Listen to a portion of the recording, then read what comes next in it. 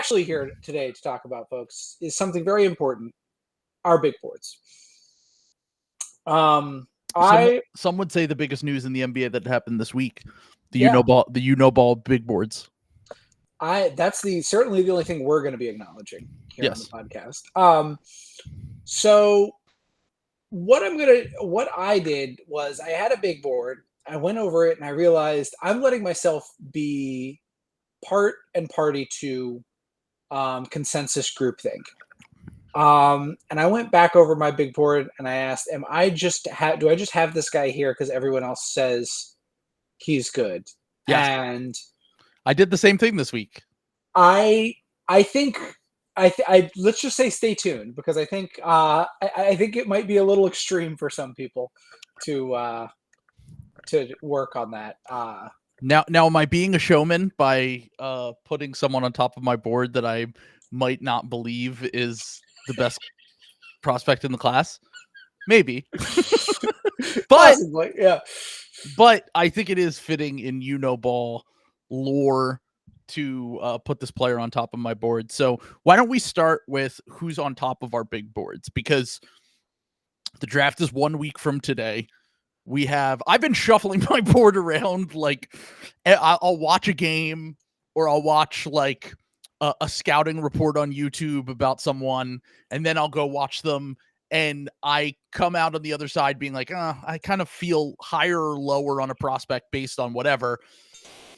But the reality is that I'm not going to have time to watch all fucking 75 people that are in this class. So I picked out my 35 favorite prospects in the class based on what I've seen, and I've ranked them based on that. Later in the show, we'll have Chuck and Maxwell come on to discuss some of these prospects. But do you want to say who's on top of your 2024 Unoball big board?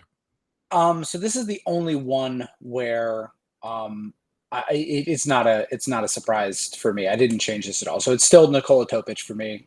Even with the ACL tear, I talked about this a little bit last time we were here on the pod. I just think he's the best prospect in the class. I think that he is. I think he just brings a lot of what teams are looking for. He's got a lot of upside. He's got a pretty high floor, which kind of sets him apart from a lot of the other prospects besides Clingan, in my opinion, in this draft. So even with the ACL tear, I stayed boring at the top. So I still have Topic up there. Okay, so you have Topic number 1 on your board. Yes. We'll talk more about Topic later in the episode, but just a brief overview of kind of Topic's game.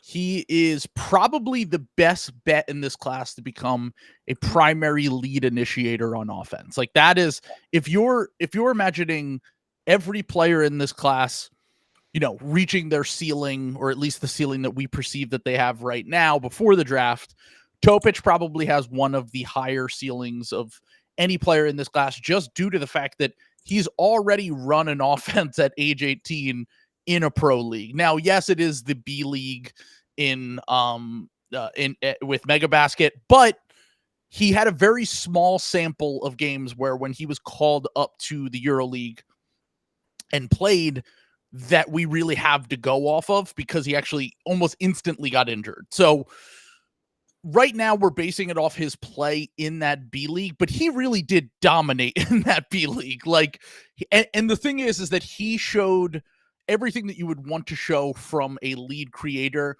The only thing that I'm like a little bit skeptical on with Topic, and why I've moved him down my board a little bit, is that if he isn't a lead creator, what is he? And this is something that Chuck talked about on his podcast with Ben Pfeiffer recently, and I thought that they hit on it really well, which is Topic is kind of like this north-south athlete who has a really good first step, good burst. He isn't an above-the-rim athlete. He's kind of more of a below-the-rim finisher, and he isn't, a jump-out-the-gym athlete by any means, which we're used to seeing from lead guards. He doesn't have a ton of wiggle in his game.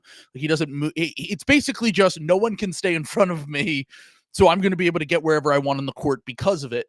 So if he gets to the NBA and that level of athleticism isn't as applicable for him as a lead creator, I do wonder what his game looks like. The shot has to develop for him to be the player we think he can be. We all know that in order to be a lead creator in the NBA, there's basically one lead creator that doesn't shoot threes, and that's Giannis. Like, pretty much. Well, and Jason Tatum shoots them. They don't go in as much as they used to. But there are very few lead creators, especially guard creators in the NBA, that cannot shoot threes and effectively run an offense. But the good thing about Topic is that he showed a willingness to shoot them. He shot a decent amount of pull-up threes when he was running that offense. They didn't always go in. He was shot in the low 30s this past year from three. A very small sample of him shooting off the catch, but that's part of his game, I think, that will just kind of come around. We've talked about the fact that he's like, we shouldn't over-index the free throw thing, but if you shoot 89% from the free throw line, there's very few NBA players who shoot 89% from the line that aren't at least average three-point shooters. Now, will that mean that he's a good pull-up shooter? Not necessarily. That's kind of a whole different thing in itself. But at a minimum, gets to the rim, can get downhill, very good playmaker, and astounding finisher for a guy who gets to the rim as much as he is, and for the lack of athleticism. He shot like 63%, I think, at the rim in the half court when he basically lived there, which is higher than the large majority of these lead creators when they're 18 years old. So flaws in his game, the wiggle, the what is he if he's not a lead creator from getting from point A to point B, and more importantly, the shooting has to come around. And the defense is kind of a mess right now. He's just not like long enough or quite as athletic, like laterally, to really be I would say like a big positive. But I think that he's just a good enough athlete in general that he could probably get to the point where he's a neutral defender. And from your lead creator, that's all you're ever really asking. You're not really asking them to be, a lockdown defender on the other end. So I like Topic a lot. I have him a little bit further down my board, but I think that he is one of the safer picks with a very high floor or very high ceiling in this class. Yeah, I just don't think you really need guards. I don't think he's like a Trae Young level defender, and I think for guards, there basically boils down to three different types of guard defense: really good, normal, and bad, and really bad. And I think that he's probably going to be normal. And I think that if he ups his effort level, or he's somewhere where he doesn't have to kind of be as high leverage, I think he could probably have more effort. I think he's got really good feel, which usually translates into pretty good team defense. So yeah, I like Topic. It's really easy for me to see a role for him in the NBA, and I think he's got a lot of the tools you need to succeed in the NBA. I think even if he quote unquote misses, I think you've got like a Thomas Satoransky is like his floor. In a normal draft, I feel like he wouldn't be the number one pick, but I do think that he would probably be like the 5th or 6th pick based on his tool. Based on like what the idea of what he can be. If he were the 5th pick in another year, once the obvious potential stars are out of the way, you would be fine with taking him in that 5 to 7 or 8 range, which makes it crazier to me that he could fall all the way to like 15 potentially when we're to the Miami Heat, which would scare the fuck out of us, but potentially falling all the way down on the board in a draft this week with so few guys that really have legit primary creator ability. But he is in my top tier I have a top tier of 5 guys that I will read off my first here. And no pun intended, I'm going to read off who's on I have Reed Sheppard number 1 on my board. Woo! So I've been going back and forth in this for about 2 weeks. And one of the things we keep talking about on all these draft podcasts, on just scouting in general, we talk about it in the Discord all the time. It's every player that could potentially be the best player in a class, or the player that could be just a very star level pro, essentially, has to have at least one elite skill or trait, I should say. Not necessarily skill, but a trait, whether it's, vertical explosion, whether it is, just being an insane athlete in general, having insane touch. And Reed is one of the few guys in this class that was highly, highly productive in his 1 year at college. Despite all of the size concerns, despite the fact that, you know, he wasn't even like a clear top 5 recruit coming into Kentucky. He's a guy that I think is going to fit on a lot of teams because what he can do offensively.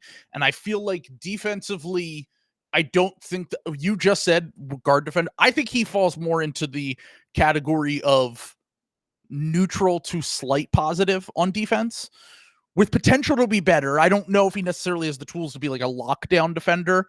I think he's he's a guy that when you watch him, it really is shocking how quick he can explode off of the ground and block shots in the way that he did in college. He's a really smart team defender. And most importantly to me, the thing that I talked about, you need to have an elite skill. Reed Sheppard might be the best shooting prospect that we've seen in quite some time. Russillo and Bill talked about this on the podcast, but every time I see a new stat about his shooting, it blows my mind. I mean, he shoots like nearly 50% from NBA range.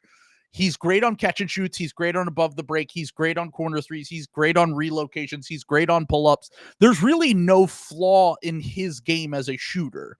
Now, the thing that is going to kind of unlock him at the next level is how good can he become on the ball? Because off the ball, I think he's going to be one of the best players in the NBA, running dribble handoff with guys, kind of just having plays scripted up for him, running off screens and pin downs.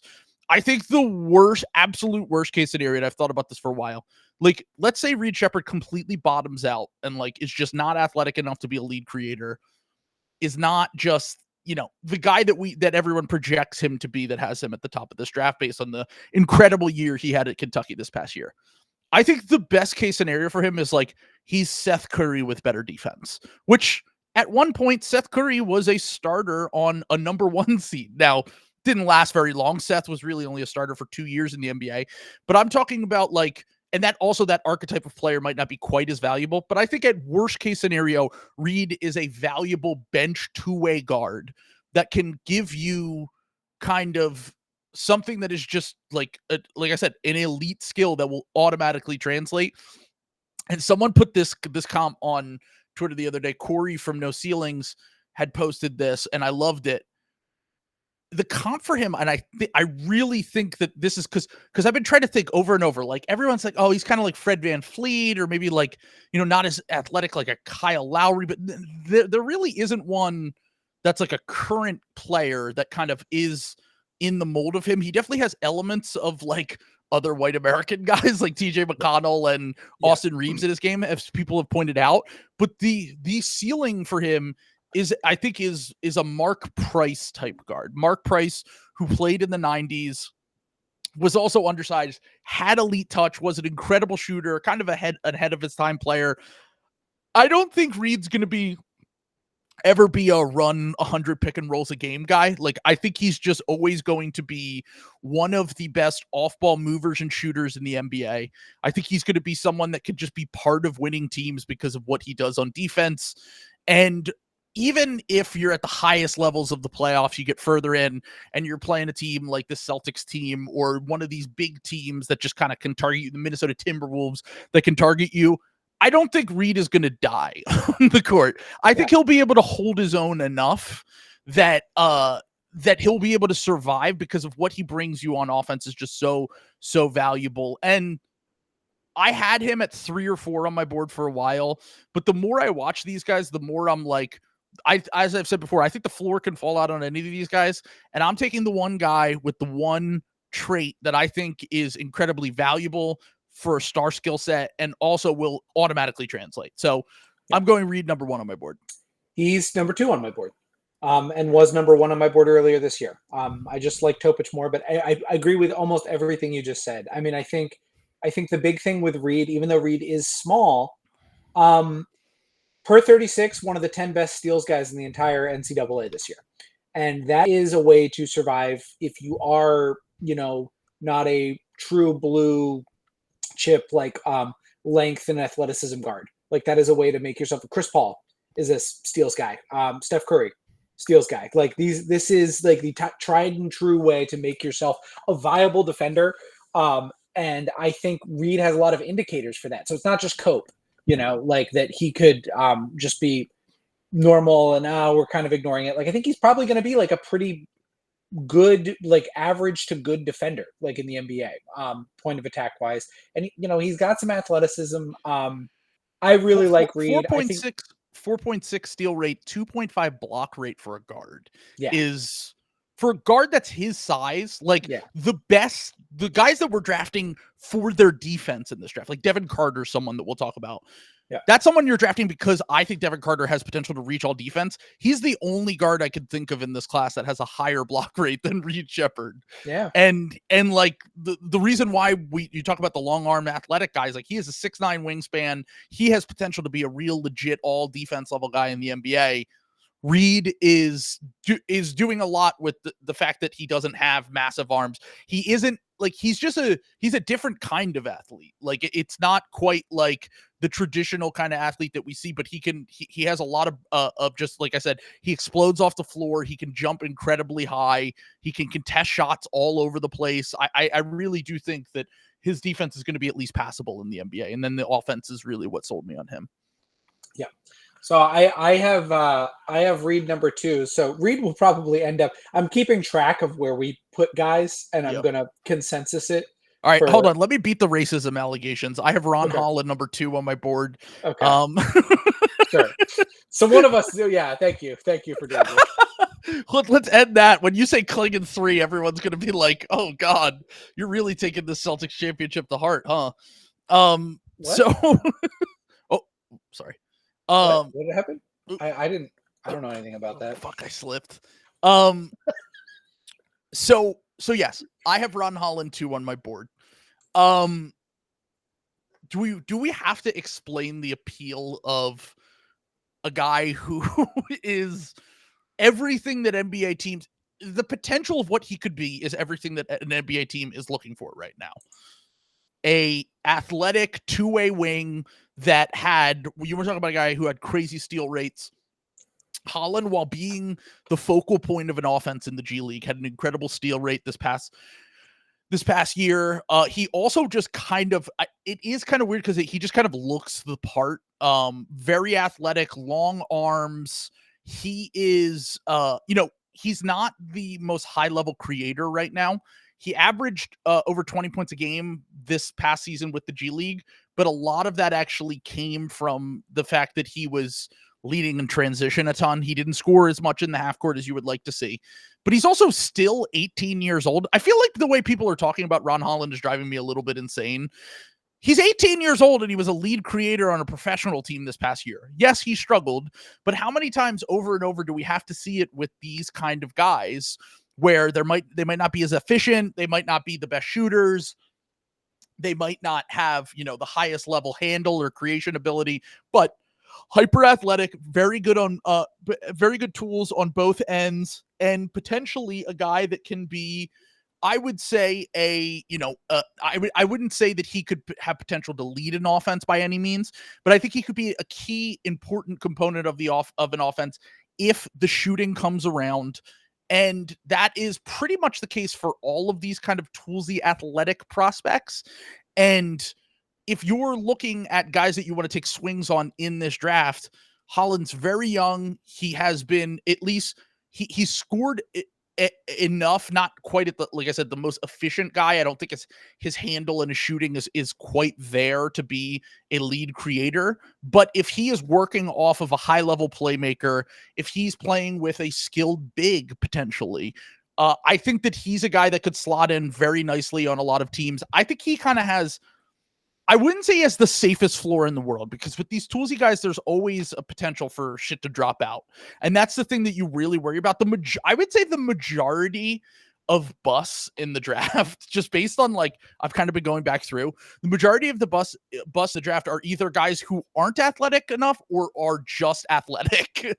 I feel like that is kind of running down the history of draft busts. It's guys that are super toolsy and not particularly good at basketball versus guys who are, just not quite up to the NBA level of athlete, like an Adam Morrison type, or, maybe even guys that had good careers that could have been even, better based on what we thought going into the NBA, like a Doug McDermott.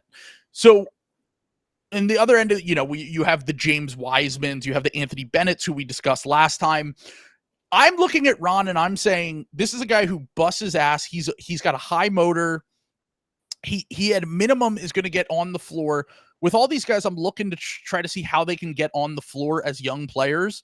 Ron will get on the court because of his defense and his hustle and his rebounding and his steals and all that shit.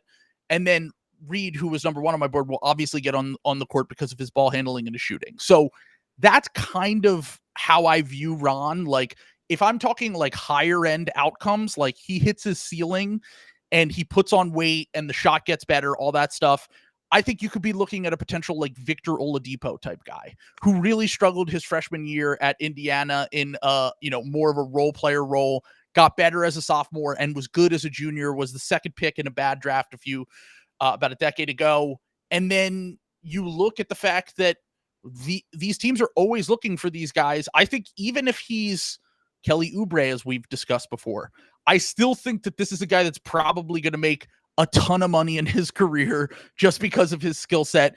And as I said, in the draft, I'm looking for guys that you can acquire. And if he hits the outcomes I think he can hit, I don't think you can acquire Ron Holland very easily. So this is our first like pretty big discrepancy. I have Ron Holland 11 on my board. Okay. But I agree with pretty much everything you just said. I think this is literally just a difference between you and me in like philosophy, where you're okay with blowing higher draft picks if the swing and the upside is there. Yes. Like I'm a little bit more okay. I'm a little bit more risk averse at the top of the draft. I don't want a straight bust. I want someone who is. I was going to say all five guys in my top five. I think the floor can fall out, including your number one pick, Topic. I think there's a chance that all of these guys have the chance that the floor falls out, but I think that the ceiling could be potentially very high. I have a really hard time seeing Reed not be an NBA player. Reed, like I said, I think but it is weird to say that about a 6'2" guard, though, right? That's the thing. The shooting I don't know. The shooting is everywhere. Look, Luke Kennard's still in the NBA, and that guy, all he can do is shoot. Yeah. To put it, shooters will always have a place in the NBA. That's what I'm saying. But I'm starting to think like this past year, maybe teams are so desperate for wings that guys that even if the shot doesn't develop, like Derek Jones Jr. and Kelly Oubre were left for dead before this year and were important players on good teams this year. And that's my whole thing with the wing thing is like, am I over indexing it because of the importance of having athletic wings in the playoffs? Absolutely.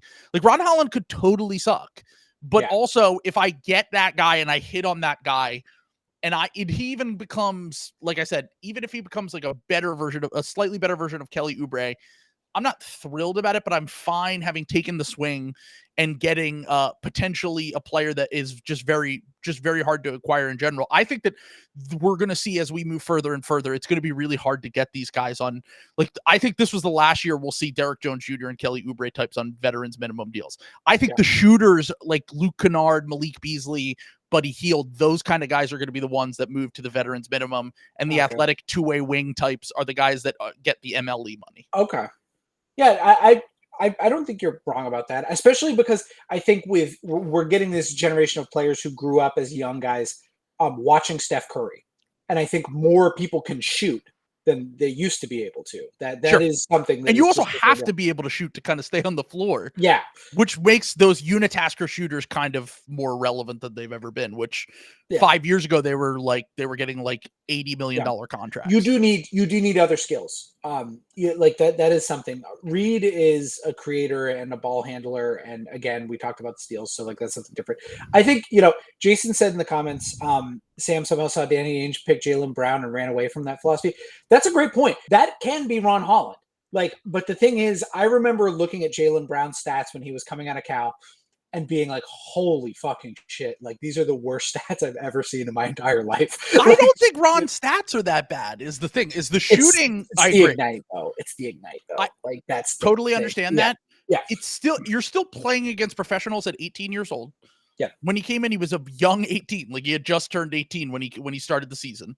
And more importantly to me, he had an impact on the game outside of scoring. Like, the defense was good. The steals were good. The rebounding was good. And more importantly to me, the only thing that was bad was the 3-point shot. And honestly, maybe he's getting in these workouts and the shot is still terrible and everyone's like, fade this guy. Like my guess is that the Celtics brought in Jaylen Brown for a workout and they were like, oh, this guy can shoot. He just didn't shoot well. It's like we saw with Cam Whitmore this year, where like Cam Whitmore was like a below average college 3-point shooter because he just took a bunch of ill-advised pull-ups. But then this year he came to the NBA and he was totally fine as a shooter. Yeah. I mean, his Cal situation was a mess. Like he had 2 bigs that like couldn't shoot. The floor spacing was a mess. Like, you know, and there's things like that. And that's the same thing with Ron Holland. Like I want to like hammer this point. Ron Holland, there's like a decent chance Ron Holland's the best player in this class and could have a Jaylen Brown type development, but the Jaylen Brown type development is such an outlier, you know, like it's such an outlier. But if you hit that, you know, that makes your GM career. So it depends on how risk averse you are. I'm more risk averse than Trill. I have him lower on my board, but I think Trill and I think we see him pretty similarly. I also like, if you look, like I had Cason Wallace 5 on my board last year.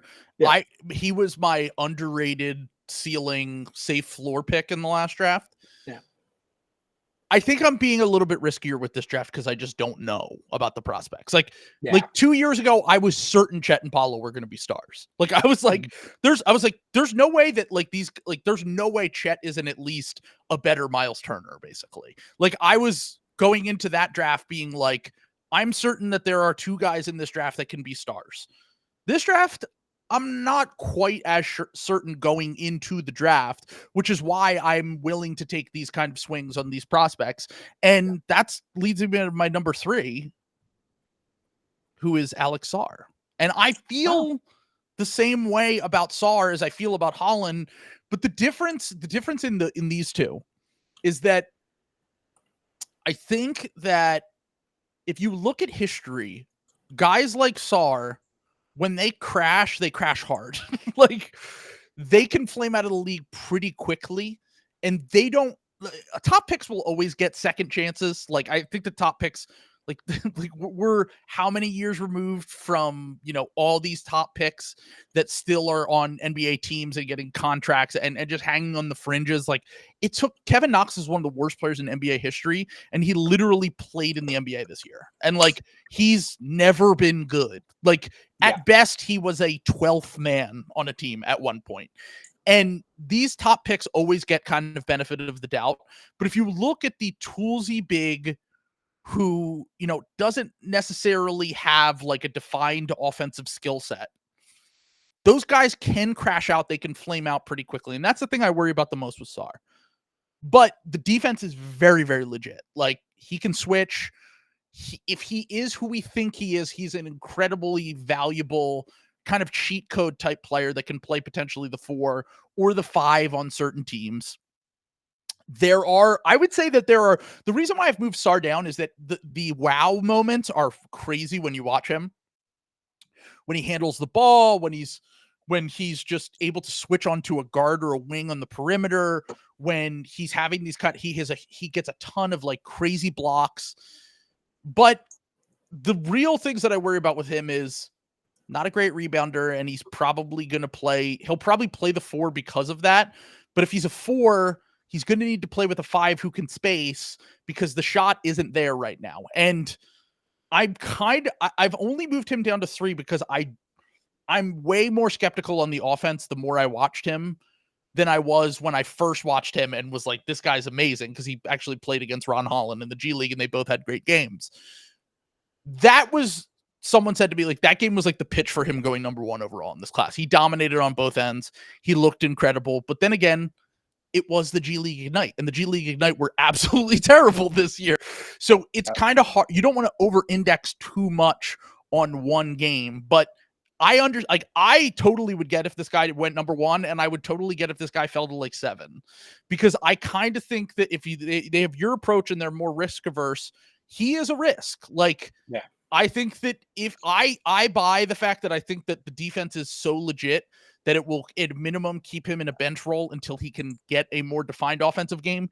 And I just think that he has too much talent to kind of flame out on that end, but the shot developing is going to be huge for him. And also just kind of putting on more weight and muscle so that he can become a better screener, potentially a better rebounder long-term. And really just kind of like carving out a role for himself in the NBA. But I really do like his game a lot. Like I think these athletic, wingy type bigs, when they hit, we've seen recently like Mobley, Jaren Jackson, to a lesser extent, like a Nick Claxton. They're very valuable, good players to have on a playoff team. So yeah. Sarr's number 3 on my board. But he was number 1 at one point. I have him 5. He's actually come the other way for me, where I had him a lot lower. And the more I like thought about it, because I really want to project like where these guys end up. And I'm kind of annoyed that we agree so much. Like we haven't had any like big disagreements about like evaluation so far. So I'm sure we'll get there. I will be adding Maxwell to the stage right now, who I know for a fact, because I watched his last podcast, has Sarr number 1 on his board. So as someone who watches more than us, has been plugged into this for the whole cycle, Maxwell, I got to hear why Sarr is number 1 on your board. Yeah. So what it boils down to for me is I don't think there is a lot of like super, super duper high end talent in this class. So with Sarr, I am getting a guy with really great physical tools. And I think like the biggest thing that we're learning from the playoffs this year is just the importance of having a 5-out look, even if that's like not what you're doing all the time. Like even if you think Sarr is more of a 4, I do think he's going to be the guy that's going to close games. I think he was 2nd in the NBL in block rate this year.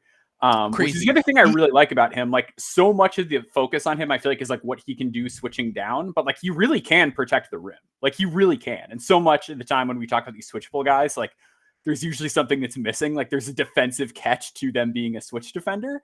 And Sarr can do awesome stuff on an island, but like he is genuinely a rim protector too. Yeah, that's and like I said, the reason why I think defensively, I know he's gotten a lot of Jonathan Isaac comps, Nick Claxton comps. I think Claxton's probably more because of the athletic profile and the physical build, is my guess. But we're talking about, and Jaren Jackson's another guy. Those are a very small list of defenders in the NBA that can switch out and also do some of the big man defense stuff. Totally. Obviously, you know, Jaren Jackson Jr. can't rebound quite as well as you would like. That's kind of been a little bit of an issue with Sarr as well, which is why he might have to play the 4.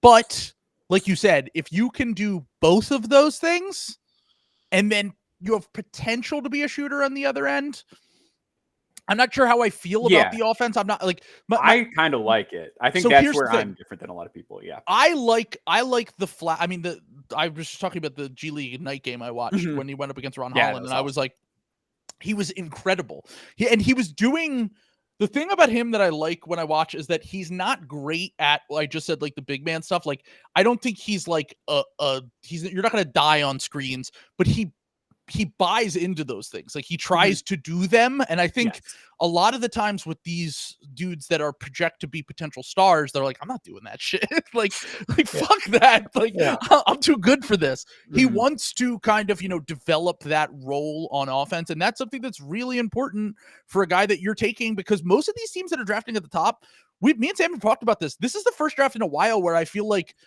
these teams are drafting and they're not all terrible. Like some of these teams are pretty good. Like the Hawks were in the playoffs last year. The Rockets are probably going to be, clawing at the playoffs next year. Like these teams that are at the top outside of Washington and Detroit, those are really the only 2 teams that I feel like don't have like a ton of talent that could get them potentially the playoffs in the next few years. Yeah, I think San Antonio kind of fits in that too, because like I'm really low on everyone like not named Victor Wembanyama and Devin Vassell on that team, kind of going forward. But like there's a lot of teams that are good. I think the other thing with Sarr, and you mentioned the shot, where I'm optimistic about the shot is like I've been doing this sort of like private data project behind the scenes. I've got a couple of these. Like one of the things I've been doing is just taking historical data of players on like their pre-draft seasons and pre-draft careers, and like compared to other 4 or 5s who have stuck in the NBA, his attempt rate on threes is really good, and his percentage grades out well, like for his age relative to other big prospects. And I think the one thing that I will give him over Evan Mobley offensively is he's so much more assertive with his shot. Where Mobley, like the handle is more polished, the decision making is a lot better, it's a lot more consistent. He's able to do more as a passer. Where Sarr is like mostly flashes with really good speed as far as like his downhill game. He is just so much more willing to let it fly when he's given room from deep. And I think that matters quite a bit as far as like what it can do for your spacing. Miles Turner famously put up a ton of threes in college, but only made like 26%, if I remember correctly. And he was a better free throw shooter. That the thing about Sarr is that, are you concerned? Because the only reason why I've come a little bit down on him is the finishing restricted area stuff isn't good. And then the free throw shooting also isn't ideal. Despite like the flashes of touch, I would like to look at the larger sample. That's my thing. And like the larger sample says his touch is like, eh. Yeah. So the thing that I like about him on that front too is, I'm going to pull up Synergy real quick. His free throw numbers just straight out average for any like 4-5, which is a little scary if you're projecting the jumper. Sure. And I think free throw percentage with projecting the shot, the correlation is actually a lot stronger with bigs than with forwards and wings. So I'm doing I've got an article coming out on it Saturday. I did like this deep dive because there's so many subpar shooters in this class. Like I did a deep dive into like the guys who became respectable in the NBA, like what did they look like coming out? In like free throw percentage, like half the guys that became respectable shooters were actually like not good free throw shooters either. Like that's kind of something that historically just hasn't actually bared itself out. But with bigs, the correlation was like strong, especially like bigs that didn't shoot threes at all. And that makes sense because why would you shoot threes if you're a big? Like that's kind of a new phenomenon. Like I think the two outliers from the old school are Brook Lopez and Al Horford. Where those like guys, and Randall was the other one. And like, why would they have ever I said like their coaches would have shot them if they fucking shot a three in 2006. Like, it would have been like, what are you doing? I also, my favorite thing about this was I had to omit Kyle Lowry from the exercise because Synergy didn't exist when he was in college. That's great. Like I couldn't get any Synergy or BART data. Sixers playoff starter, older than Synergy data. Yeah. So Sarr, he didn't take a lot of them, but he took 21 pull-up twos and made like 57% of them. Okay. And then I think he took a decent amount in OTE, if I remember, and like was okay there too. Sure. Oh no, he only took 6, but he was like 3 for 6. So like he does have like enough mid-range pull-up stuff. That's something that I found to be a decent indicator. So like I think between that and the shot confidence and the free throws just not being terrible, like you hope that he can be good enough for a big man as a shooter that teams come out to respect. There's a base. There's a base. Yeah. I do think it is like kind of scary if it's not there though, to your point, because like the finishing is pretty rough. So here's what I'll say. Here's what made me come up on Sarr, because I was really I'm a lot more pessimistic about him becoming a shooter, but I do think the floor is a lot higher for him because the passing I think is like decent, and I think if you can get decent passing out of a 5 position, I think you can play him at the 5, especially in this new NBA where there's not a lot of like bruisers. And I mean, we just saw Jason Tatum play huge minutes at the 5, like in the finals, like because there's just not like there's guys like Derek Lively who are not physical. You know, they're explosive, but they're not physical at all. And I think that just the sheer length on Sarr and the vertical, you know, like I think he could be like a kind of like Robert, not quite as explosive, but like a little bit Robert Williams-y, you know, like with some of this stuff. And that those guys are starting centers these days. So I think he actually has like even if the shot doesn't come around, I still think he's got like a decently high floor, which has made me kind of like come up on him to kind of put him 5. And I still really like him for Atlanta. Like I think with good guard, good guard play, like I think he's going to really pop because he understands about moving the ball. He's going to get it in advantages, and I think he's going to know how to capitalize on it. That's what I loved about Robert Williams. Robert Williams knew how to press an advantage. And when you can get that kind of plus playmaking out of like a big position, I think it's really important in the NBA today. So, and I think like if the shot is just okay too, like you're going to kind of have to respect like zoom and handoff stuff that they do. And I think like that is going to open things up too. Yeah. Like you get some spacing just out of running those actions in general, and he's going to be able to do that. Yeah, and we talked about why we love the Atlanta fit before, which is, you know, if they keep Trey, just the fact that Well, first off, just little news here. He has not worked out for them. He has not gotten in the No. building, Yeah, which is that's kind of weird interesting. look, it happens in every draft where like I know famously I don't Paulo. think Paulo didn't work out, but that was more because they were trying to keep it a secret, I feel like. Okay. Because remember, they were like, we're taking Jabari, and then last second they were like, actually, we're taking Paulo. Like it's which we all thought they should have. But the thing that I'm looking at, I know it is common at the top of the draft, but the ones that I can remember, like Jaren Jackson Jr., funny enough, Evan Mobley, funny enough, but they were like the third and fourth picks in their draft. I feel like it might be rarer for the number one pick of the draft just not to either get a workout from a team or not want to work out for a team. And we're also hearing now, which I think this will be a nice segue, is that they really like Donovan Clingan. And I don't know if this is bait.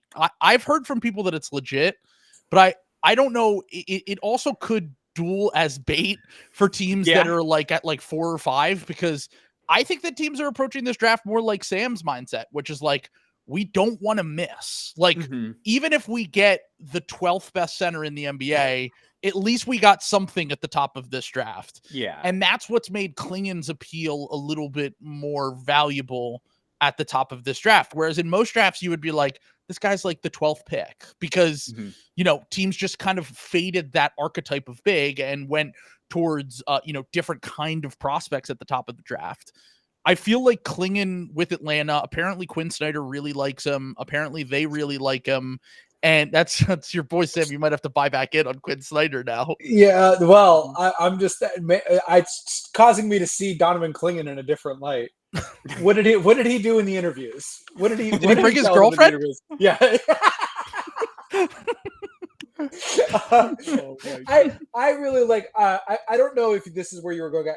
I had Clingan 3, so unfortunately, I'm not beating the allegations right now with the Topic players. Yeah, the Topic, Reed, Donovan top 3. I've got a lot of work to do, but I do have Donovan Clingan 3. Yeah, and I just think I think the floor is just so high, and I think he's really good. I just think he's really good. I think that we're kind of downplaying how important it is to like have like just a huge starting center in the NBA, and I don't know. I think that he is.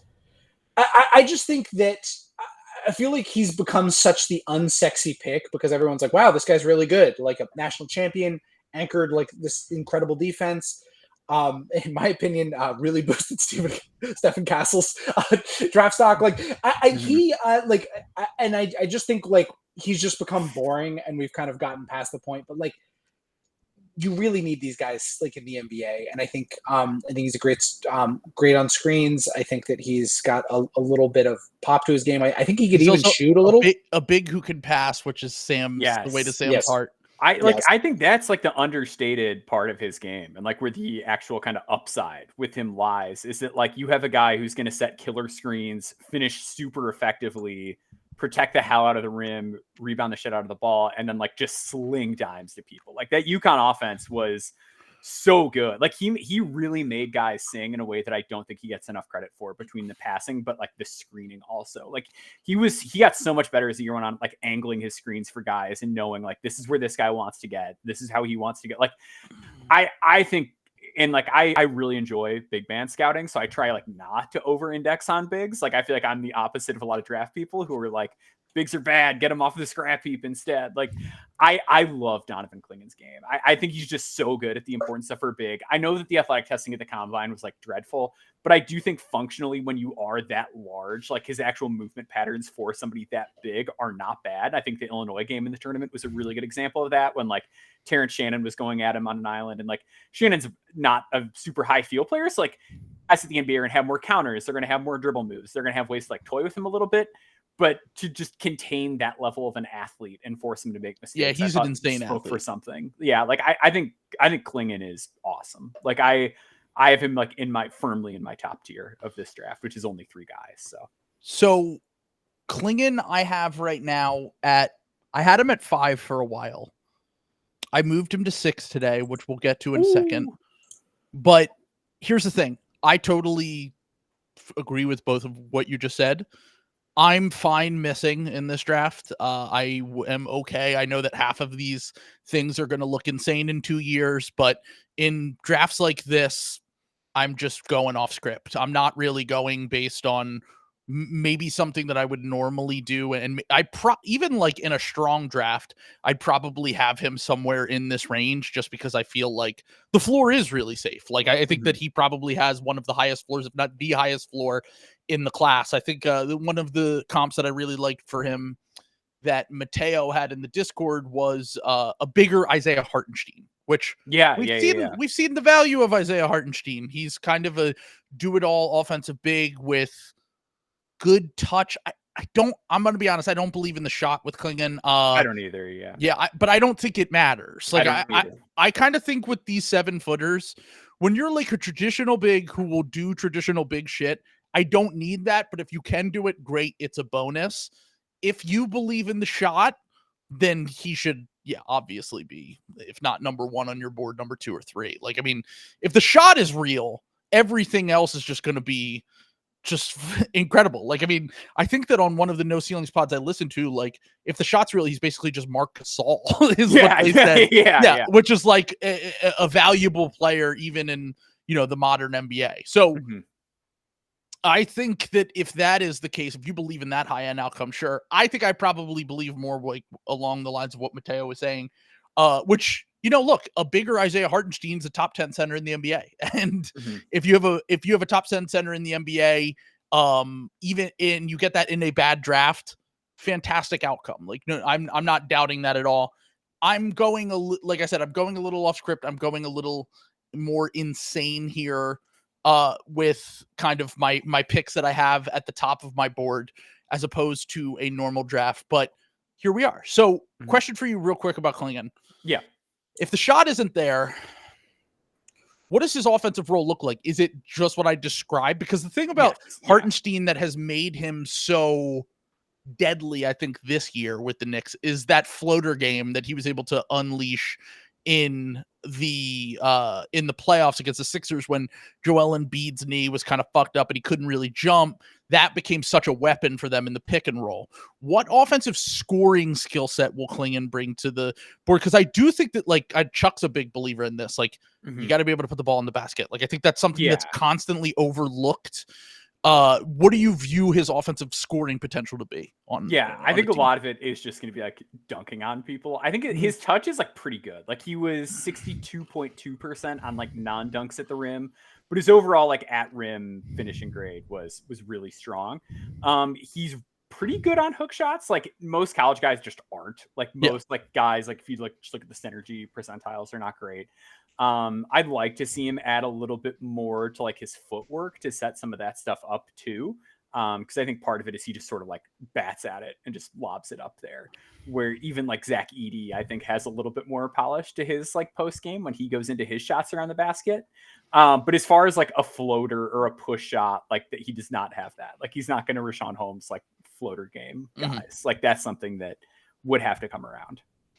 So that's where so he's basically just kind of a cleanup guy, getting rebounds, putbacks, lobs, which if that's your field, then Atlanta's a really good fit for him too. Number one, I mean, assuming that they do keep Trey, like, we've really only seen Trey with that kind of big with Clint Capella, who has looked washed the last year and a half. And if that's the case, we know that can be a deadly thing that opens up a lot more in your offense, similar to what we just saw with Derek Lively and the Mavs getting all the way to the NBA Finals. So definitely something to keep an eye on with Clingan at the top of this draft. I think that I'm not positive, but I think if I remember correctly, you're not quite as high on my number 4, who Sam had number 1 as board in Topic, right? I'm not a huge Topic guy now. So where do you have him on your board currently? Not super high. I think the last board I did, I've been like putting off doing my final board, which is really cool. I was gonna say, you can just give me a range. I think I've got him like 10 to 14. Like, I have him more like end of the lottery. Yeah, and like that's where I had him pre-injury too. Like, I think that's what kind of differentiates me from a lot of people, is that like post-injury, I feel like everyone sort of moved him to where I had him closer the entire time. I have some real concerns about how well the playmaking, like more so like the finishing scales up. Okay. I totally buy the rim pressure and the passing's awesome. Yeah. I just think he's like a horrific defender. So I like he needs the shot. Like there just are not a lot of avenues for him without the shot, because even a guy is like tiny as TJ McConnell is, like TJ McConnell can like get in your mug on defense and like make some stuff happen. And like Topic, like the ground coverage is bad. Like the stance is bad. Like everything about his defense is like a big mess. Yeah. Not a good lateral mover. We talked about this. Yeah. No. So I think like to provide that value, you really need the shot. And even like with the shot, I'm just not crazy about this archetype of player unless he's like a real shooter. I was gonna say he's like 37-38%, it's different. But if it's just like we're getting Josh Giddey, then like I don't know.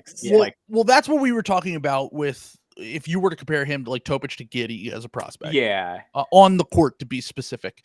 Okay. Yeah. Just want to clear that part. I did not receive any intel of that sort. Yeah. Okay. Dropping it. Yeah. Exactly. You would not be my number one pick. You would not be my number one pick if I had that intel. But I just want to say, like, I definitely understand that.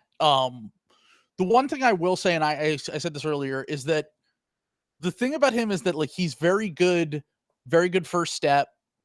He is pretty explosive in the fact that he can get to the basket. But I talked about this before, where it's kind of the inverse of the college big who doesn't shoot or score outside of the restricted area, where like, yes, that's great. That, you know, he can just live at the rim and score whenever he wants because he's massive. Topic is kind of like, okay, if you can't do that against NBA athletes, what are your counters? And like you said, if the pull-up isn't there, there is potential for the floor to fall out, because if the pull-up isn't there, teams will just go under screens. You won't be able to kind of, you know, do all of the shit that he wants to be able to do in the NBA. And as we said before, like, it's not like his game is kind of like, there's like a structure to it. There's not like a ton of wiggle room in his game. And that could be something that I see. But like, the thing that I talked about is like, I have a very I don't remember a lot of high 80s free throw shooters not becoming decent shooters. Yeah. And the thing is that if he isn't an on-ball guy, what does his role look like? Well, that's the thing. Yeah. That's where the floor can fall out. I just don't know where the value add is at that point. Yeah. Right.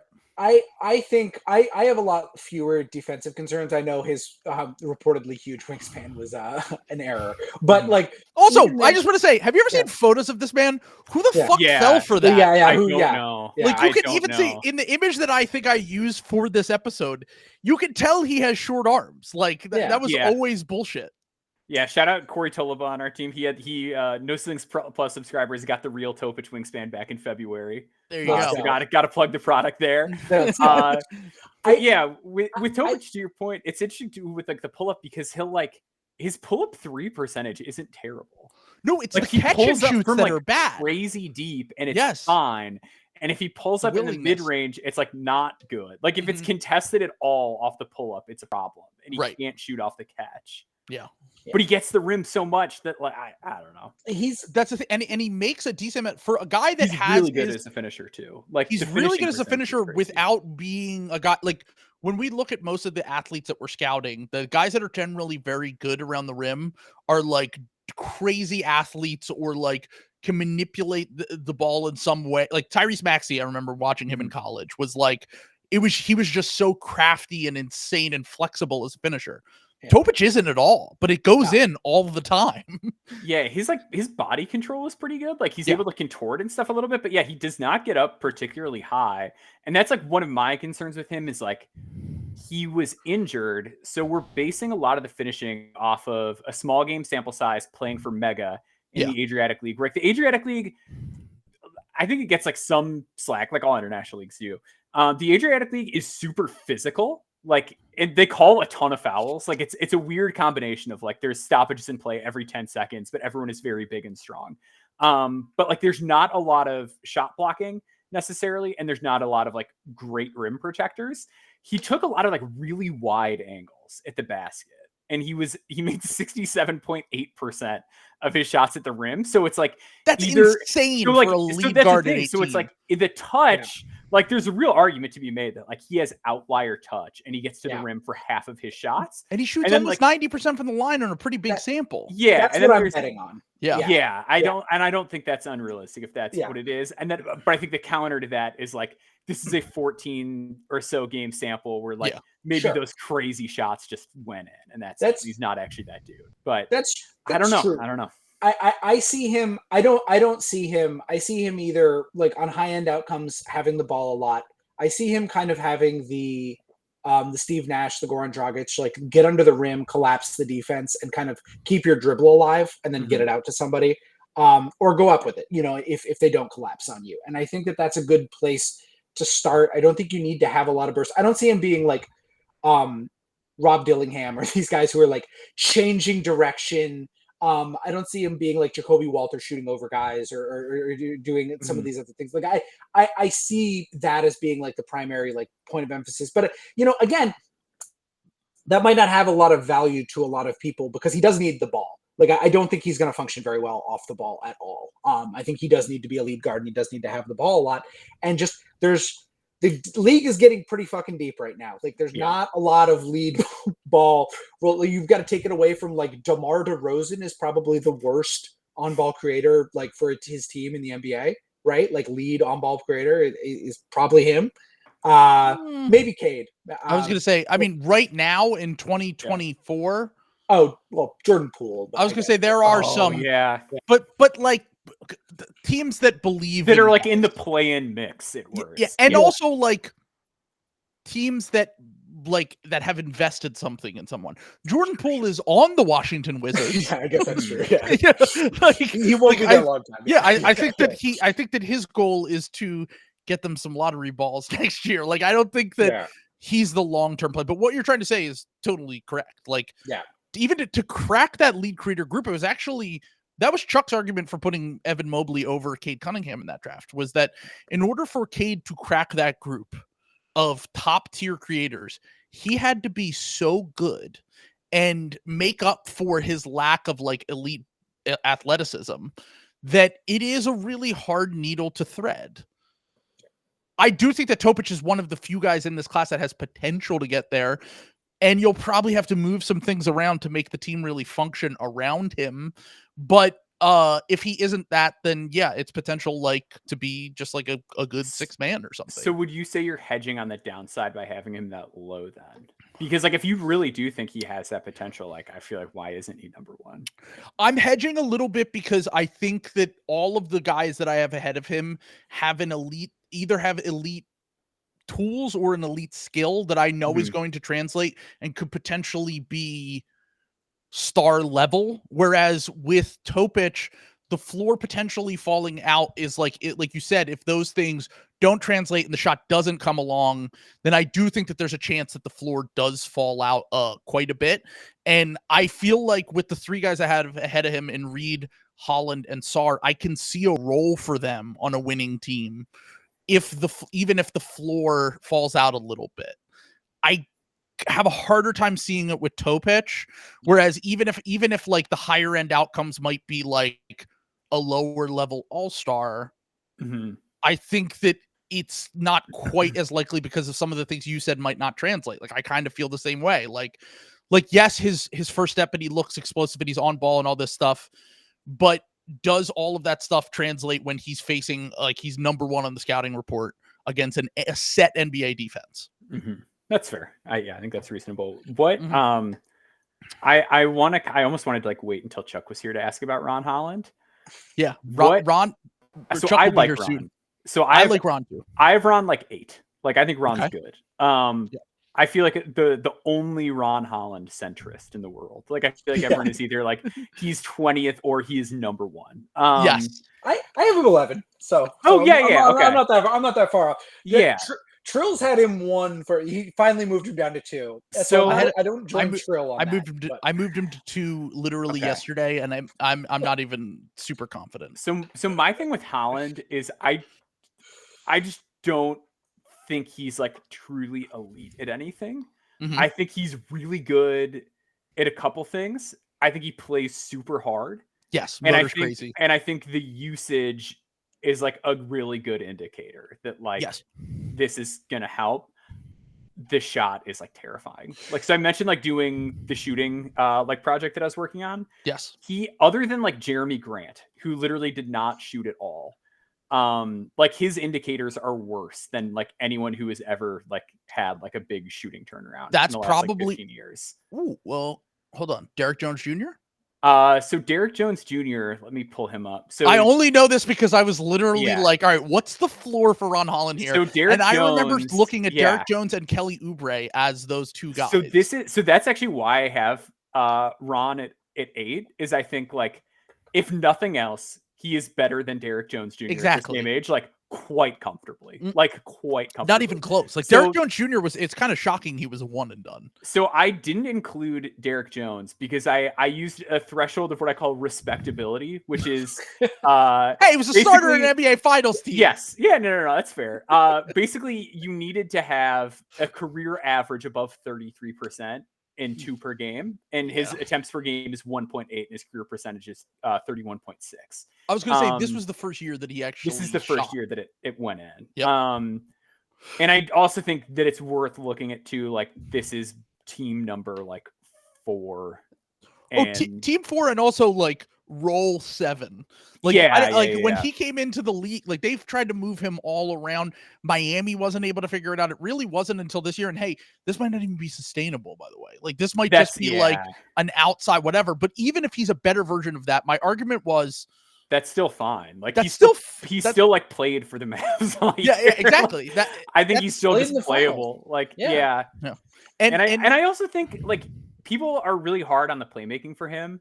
And like he had like that 9 turnover game in November. Yeah. But like if you look at, because the G League is really dumb and they're like, we actually have 2 seasons. We have the Showcase Cup and the regular season. The regular season was the second one, and his assist turnover like was not bad during that stretch. It was almost even. And yeah, I think it might have been even or even positive. And a lot of young wings and forwards have negative assist to turnover ratios. Like I know that now, like the passing standard is a lot higher now than it used to be. I can understand. So yeah, he was 3 to 8, 3 assists per game to 2.9 turnovers during the 14 or whatever it was regular. And you watch the G League. How many times did guys turn down shots on that? Guys turn down shots. They didn't have the proper spacing. Like there's so much weird, complicated stuff, and the fact that it was a disaster. I mean, it literally shut down after the season because this year was such a mess.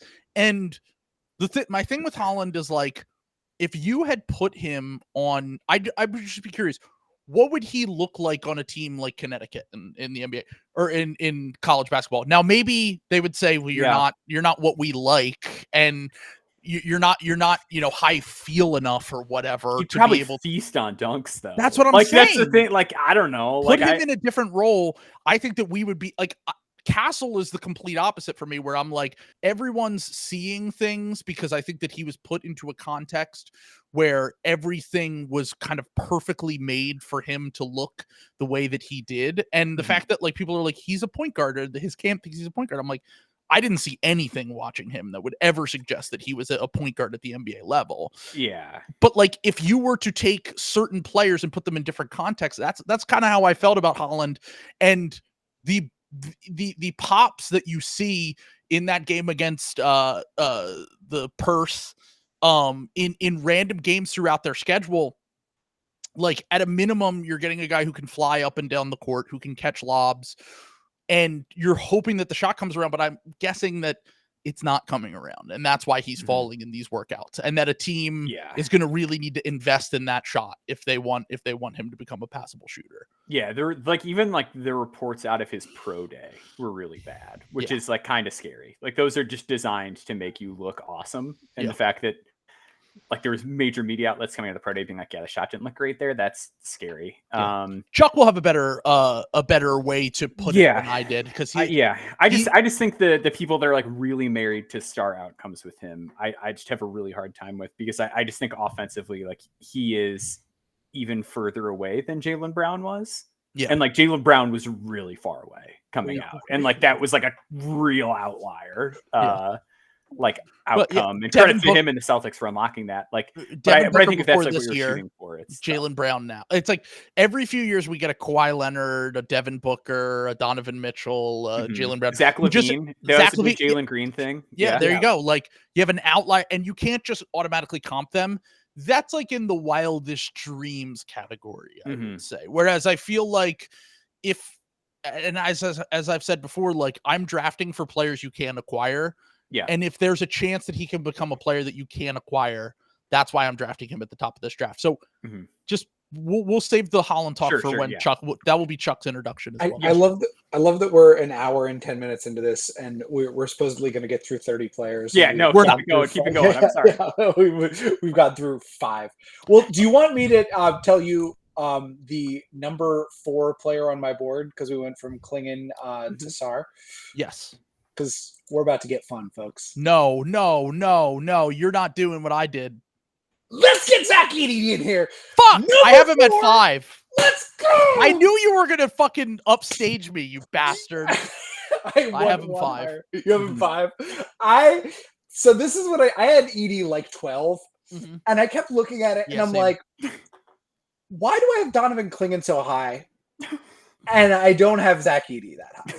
Like, really, why? Like, they have pretty much identical standing reach. I know that this doesn't really mean anything, but Edey did really well in like the lateral mobility, like things, like drills. Everyone says he's like a workhorse. Like the people that have seen him in practice are like, they talk about him like as well as like Devin Carter and Jamal Shedd and the other like guys that everyone wants to bring in so that they can have a future head coach on their team. They asked De'Aaron Fox today. They were like, you saw Zach Edey at the workout. They were like, what do you say? He's like, that dude is fucking big. Like, he's like, that guy's massive. Like, but the reason why I literally did the same thing as you, Sam, when I rearranged my board here, was because I don't want to be the one that missed out, to be honest, on Zach Edey. Like, you were early on this, Maxwell. You were the one saying this back in like December, not quite as high as we have. No. I wrote a column that was at the time was extremely hot takey, saying that I firmly had a top 20 grade on it before anybody else did. Yeah. So that back then that was a real hot take, and now there's people like haven't won. So like it's and I don't hate it. Like I get it. Like I there's like a real statistical argument for doing that.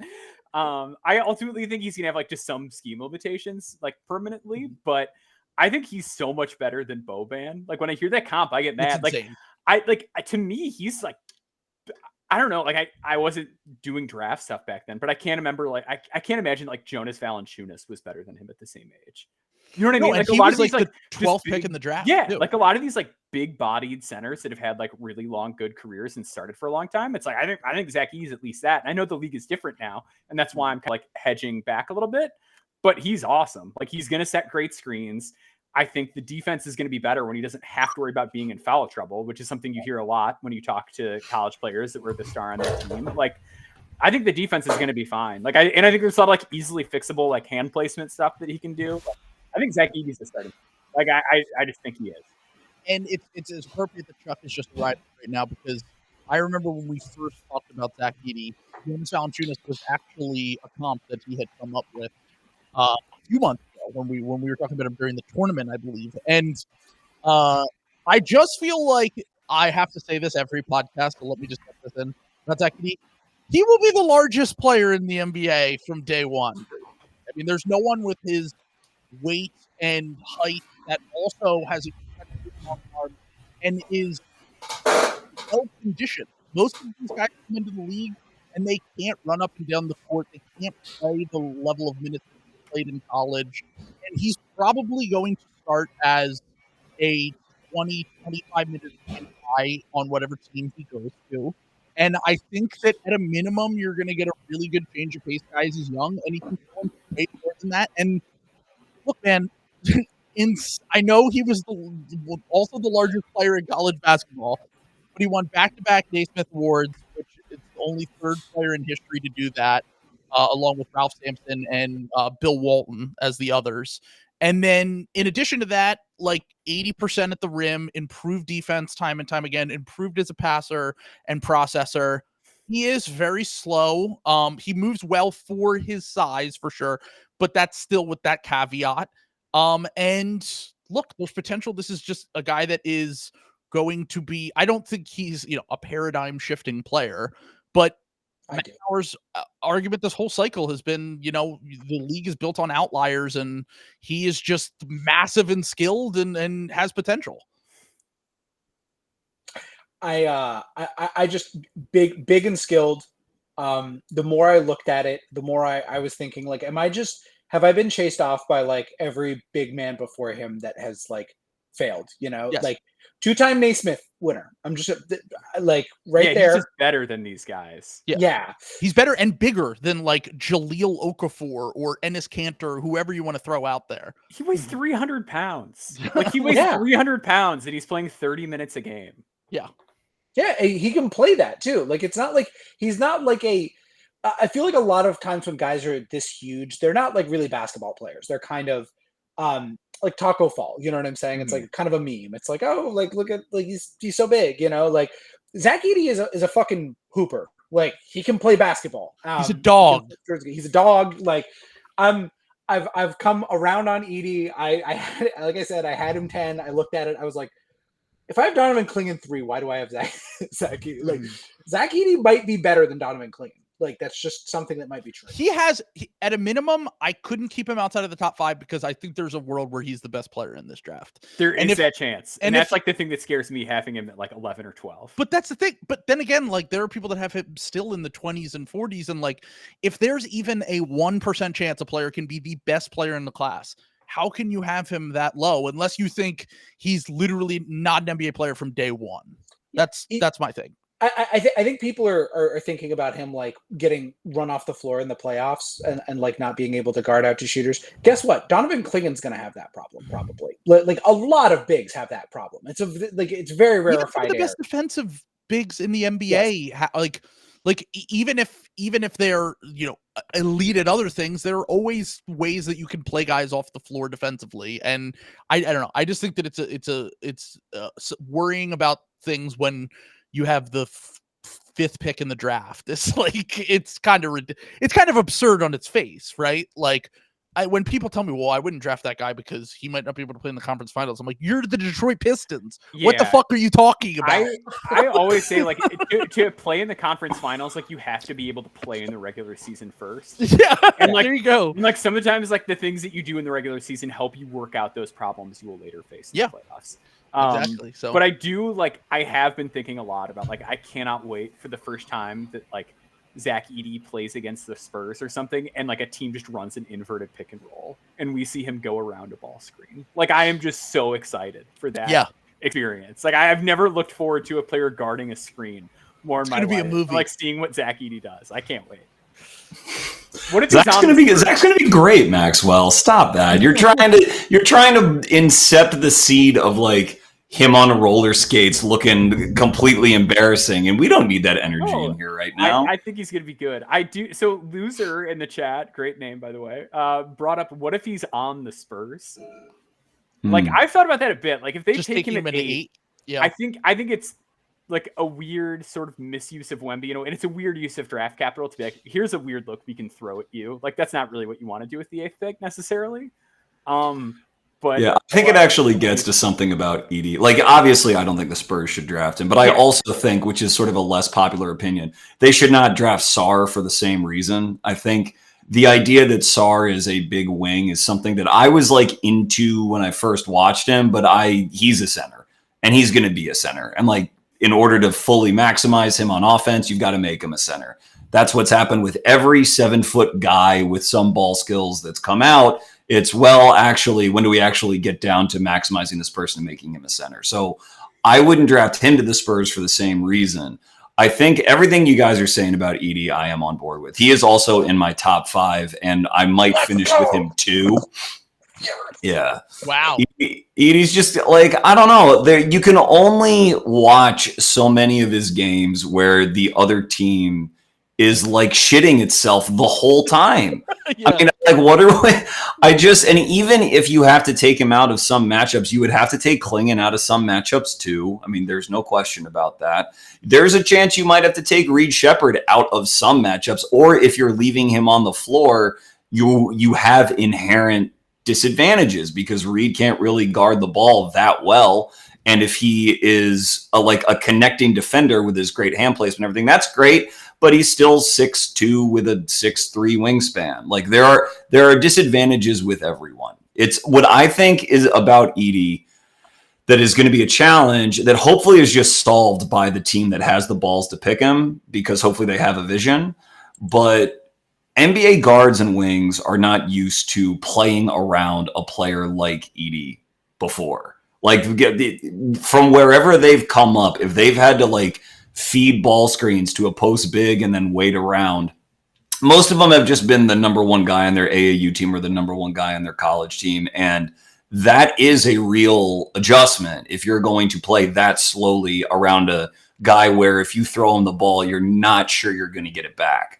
I think Edey's like a fine passer, but he's not like Jokic. It's not going to be like the ball's popping when Edey's on the floor. So whatever team takes him needs to have a guard that will check their ego and understand that when Edey's in, that's how they're going to play. Now, because Edey is thought of as this incredible teammate who like all his teammates love him, he loves everyone. Hopefully it's not going to be a problem, but it is a consideration where if some GM takes him and the personnel isn't quite right, then it could be weird, but never like a novelty like Sam was talking about with Taco Fall or Boban or anything like that. On my podcast, when I talked with Matt about Zach, I brought up the Boban thing because I looked up Boban's Euro stats and he had played over 20 minutes a year, or pardon me, 20 minutes a year. He played over 20 minutes a night for 1 year out of 10 in Europe.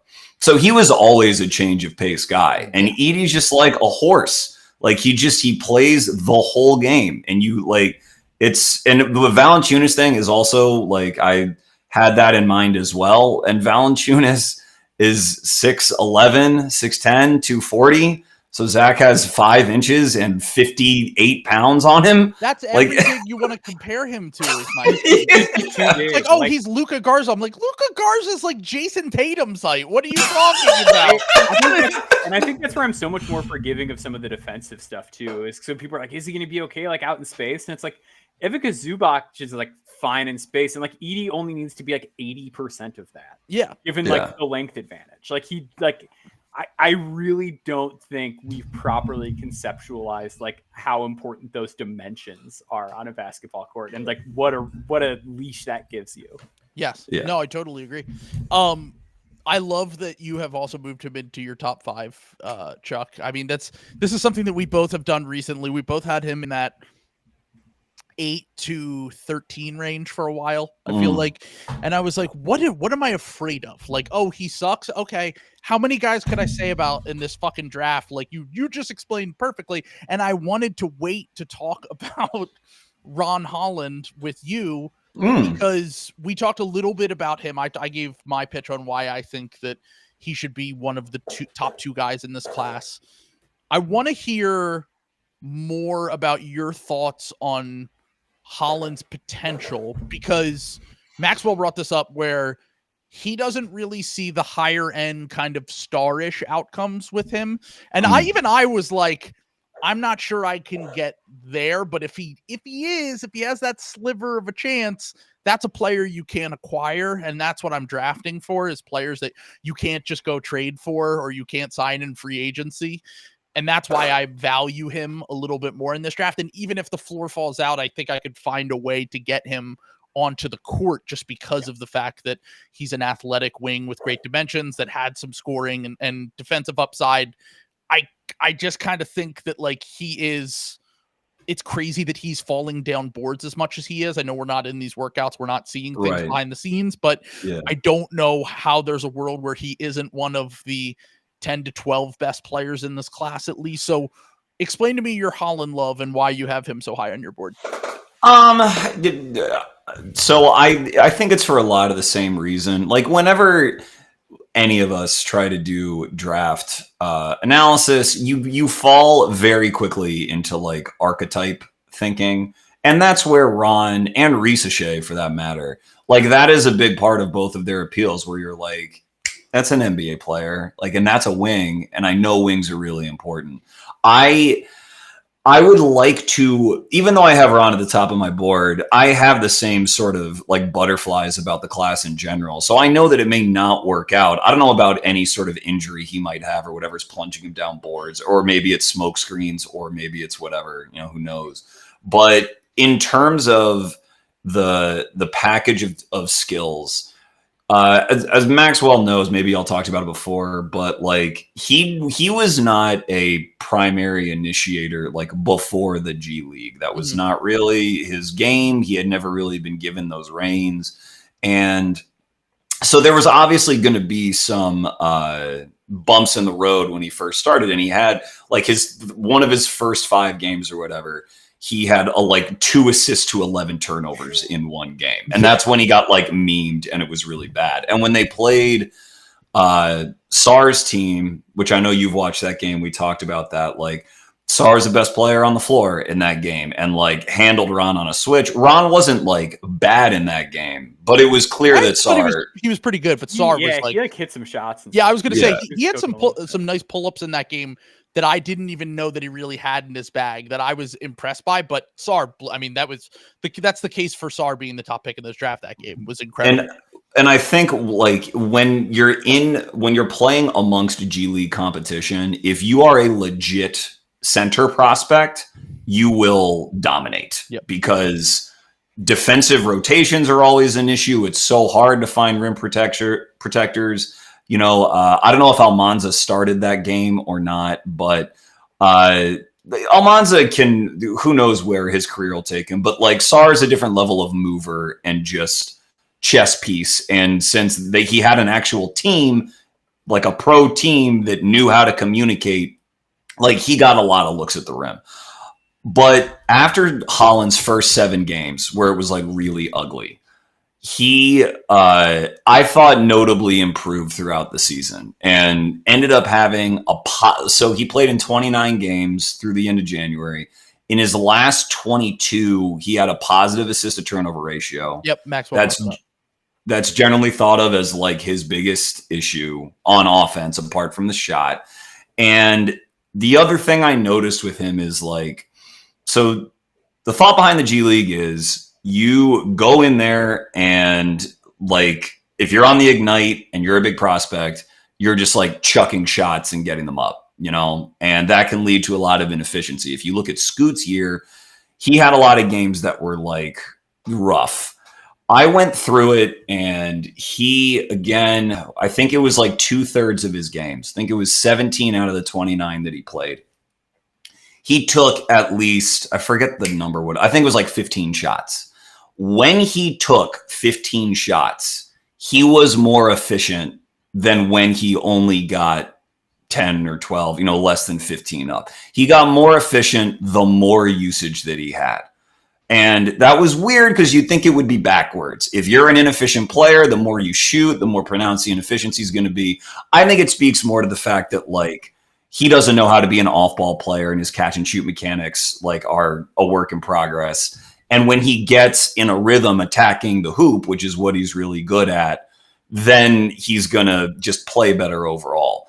But if you think of it in terms of him being a really good driving prospect, where if you get him in a good offense that can play 5 out at least some of the time, where you are leveraging his ability to drive, then your baseline is going to be very high. Because if you're having the top of the draft, you have to evaluate him for offense. You have to be convinced that he at least can be a really good offensive player. And as a driver, I think he really can be. I think the shot is a work in progress, but not a disaster by any means. Maybe Maxwell disagrees, but I don't think it's busted. I think that's where we differ. Like, I think the shot's like pretty bad. Like, I think the shot may really prevent some serious outcomes, but I also to your point, I think he just does so much and plays so hard that I think he still plays. the comparison I made earlier is Derek Jones. Like, I think he's so much better than Derek Jones at the same age. And I think anytime you want to like get down, you have to kind of keep that in mind. And Derek Jones bounced around a lot, but he also didn't have anyone investing in him the same way that whoever drafts Ron Holland is going to invest in him. Like, what did you think about Jaylen Brown at Cal?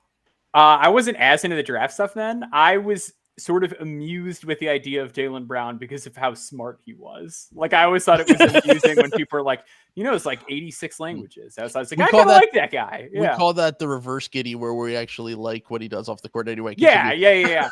So I truly like my draft consumption then was like watching Draft Express videos, and that was about it. So I didn't like fully have an opinion on him. I just thought he was cool. I think where I differ from him and like the Thompsons, to like keep it a little bit more recent, is I think the Thompsons, like, there is a pretty significant athleticism difference. Like, I think Ron is a really good or great athlete as opposed to an elite athlete. Yeah, and I think that we're talking about a guy with like a 6'6.5", 6'10" wingspan, somewhat slight frame. Like, I just don't think he's quite in the tier of like even like an OG Anunoby or someone coming out just from like a physical dimension standpoint, that I think like I have a little bit more concern about. He's built like Kelly Oubre. That's really kind of lanky. Yeah. But he's also 18 and 18 months younger than the Twins were when they entered he's the league. Still 18. He's 18 on draft night, which I do think should be pointed out, because that was my whole thing, was like, he's still 18, and look at every prospect we compare him to. I think outside of Jaylen Brown, none of these guys were on ball guys. Oubre, Derek Jones Jr., Victor Oladipo, when they were 18, these guys were role players on their college teams. I do think the argument against that would be that like starting the NBA clock early can be a little bit perilous for certain guys. That's like, honestly part of the G League Ignite thing, is like a lot of these guys have stumbled out of the gate when you see them, and a lot of those G League guys to at least take 2 to 3 years to kind of, catch up, at least I would say, to some of these prospects that might have the benefit of being, a little bit more of a 2 or a 3 offensively in college. Yeah, and you get to like workshop stuff just a little bit easier. Sure. In like a normal context where like and like you're starting center Eric Mika, who is bad, is injured and out, and you're playing just like some random guy they found off the street. Like most prospects get a better context than that. So like my anecdotal thought on that, and Maxwell, I'd love to hear your thoughts, or Sam or Trill, your thoughts on the G League. But I think a big problem with it is that because the only veterans the G League plays are like John Jenkins, or whatever. It's really the absence of an organizer that really on offense, but especially defense. And when I watch them, it sounds kind of boomerish, but I just can't get over that. Like, these guys don't really know how to play at game speed because they've never been forced to. And because there was already this stigma around the Ignite, because this was the 4th year of the program and the program had never been a winning program, like the assumption was kind of like, well, you guys are all like paid already on your contracts. And like, you're not really expected to win. You're expected to work on your game. I think with Ron, I don't really worry about any of that forming too bad of a habit, because one of his real strengths is how hard he plays and how hard he can play in a smaller role and maybe up to a bigger role. So he might stumble out of the gate because maybe the jumper doesn't go in. I mean, we certainly can disagree on that. But in terms of the G League kind of muck that everyone has to sort of shower off over their first couple years in the league, I don't know that it sticks to him quite as much. But I don't know what, maybe that's just my thought about it when I watch the games. Well, every other G League guy that goes at the top of the draft, almost all of them except for Dyson Daniels get thrown into like a lead creator role almost immediately, I feel like. Right. Scoot, Jalen Green, these guys. I guess Kuminga didn't really, but Kuminga also didn't really see the floor all that much early. He was back down in the G League as he continued to grow his offensive game. But whichever team does draft Ron, I don't think they're going to be putting him in that role. So that's the context where you get to develop the rest of the game. And yeah, it might be rough to start, but like, how many of these guys are even rough to start? Like, I mean, it's obviously we're looking with starry eyes here at the high end outcomes for these guys. Jaylen Brown was like an 8th or 9th man as a rookie, for example, as he grew into the player that he would become.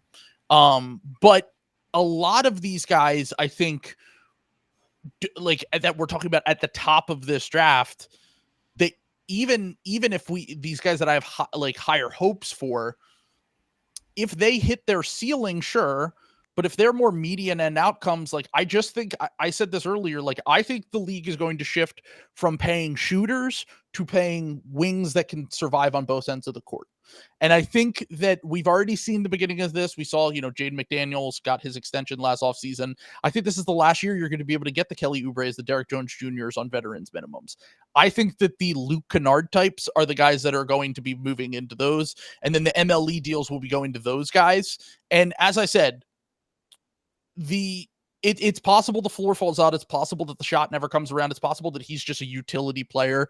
Absolutely. But even if he hits his 60th percentile outcome, I'm feeling good about what he can be at the next level. So I'd like to make this a little bit of a jumping off point, because I think we're missing the forest for the trees, because I want to use this to pivot to talk about another player on the G League Ignite. Are we overthinking Ron Holland playing badly because he shares the floor with Matas Buzelis, who I would like your guys' opinions on this, because there's no player in the draft. Been going insane over this. There's no player in the draft where I feel like I'm taking crazy pills when I see Kevin O'Connor moved him up to 3 on his board recently, and I feel like he's just been going up and up and up. And everyone keeps saying, well, he's got a role as like a floor spacer. And I was like, what? He can't shoot. He's a bad shooter. Like, how is that the first and last thing? That's what people are saying. It's like, oh, well, he could probably develop into like some kind of like, a connective passer and shooter on the wing who's like big. And it's like, okay, that's great, but he can't shoot. The only time he's ever shot well is his senior year of high school. And by the way, the rest of high school, he was a bad shooter. So what am I missing?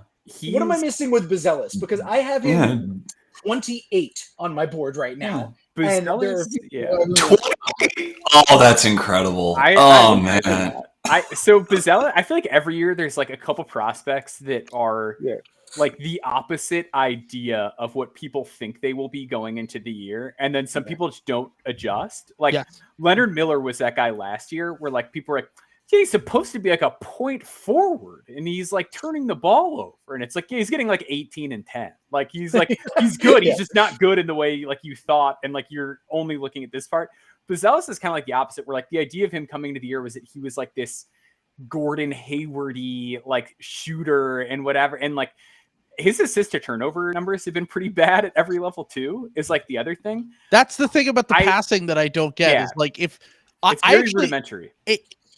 If you watch him, he can pass for a guy his size, sure, and make some basic level reads.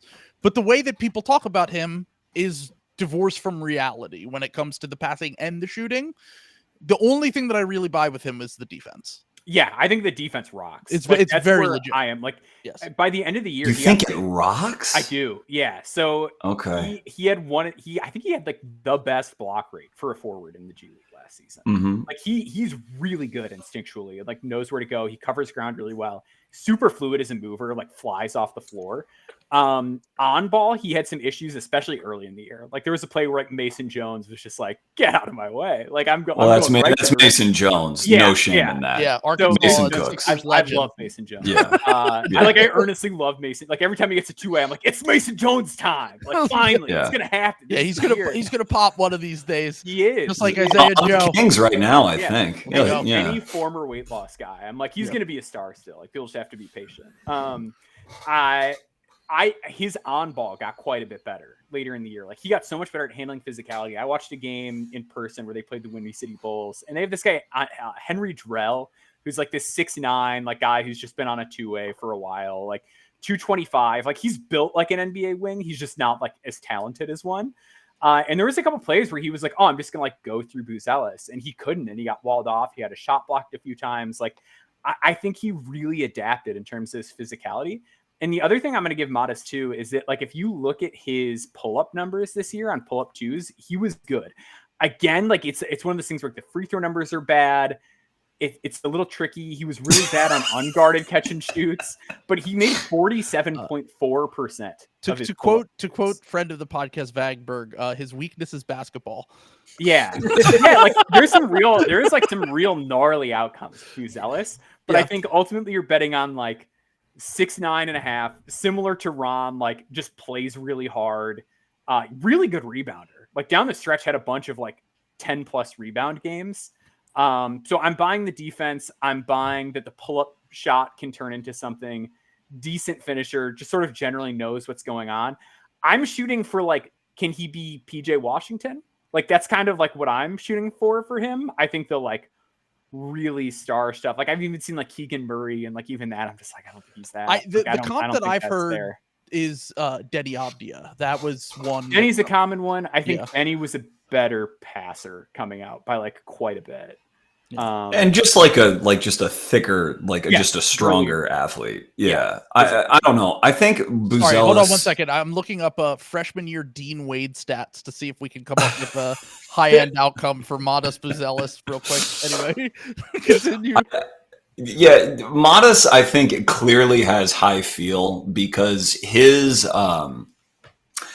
calling out of Zachary Risache for being someone who only has one positive shooting season and has a negative assist to turnover ratio and should not be ranked as highly as he is was just an excellent sort of diversion from people making the same allegations about him. Mm-hmm. But I say, look, I didn't notice as much later in the year on maybe the games I watched were not late in the year, but I thought his on-ball stuff was the struggle, and I thought his feet looked a little bit heavy. Modest to me is someone where if you are in close space with him, he's very good because of the stuff you said. He gets off the ground quickly. His hands are really good, and his hand placement on defense, his timing for deflections is like very, very good. So if he is guarding low and he's guarding near the rim and you're like beneath the free throw line, then he can like really D you up. But in terms of like change of direction and covering ground and executing that sort of stuff, that's where I'm a little bit more pessimistic. I see him more as an NBA wing for sure, but not one that you can just be like, he's clearly going to start.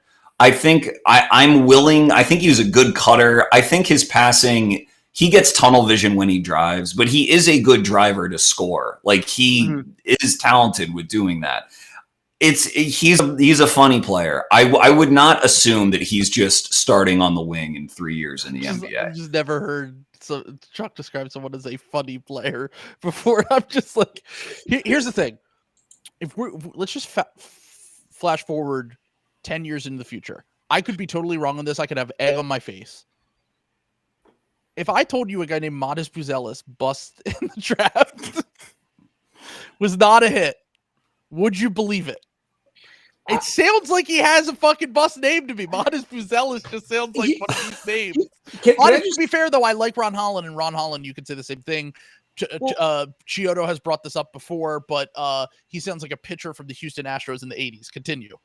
Well, that's the thing that's driving me so insane about this, because like Maxwell, I am a Ron Holland centrist. I don't think he's high, but I'm seeing him like slide into like the 20s in some mocks. I'm seeing some of this stuff.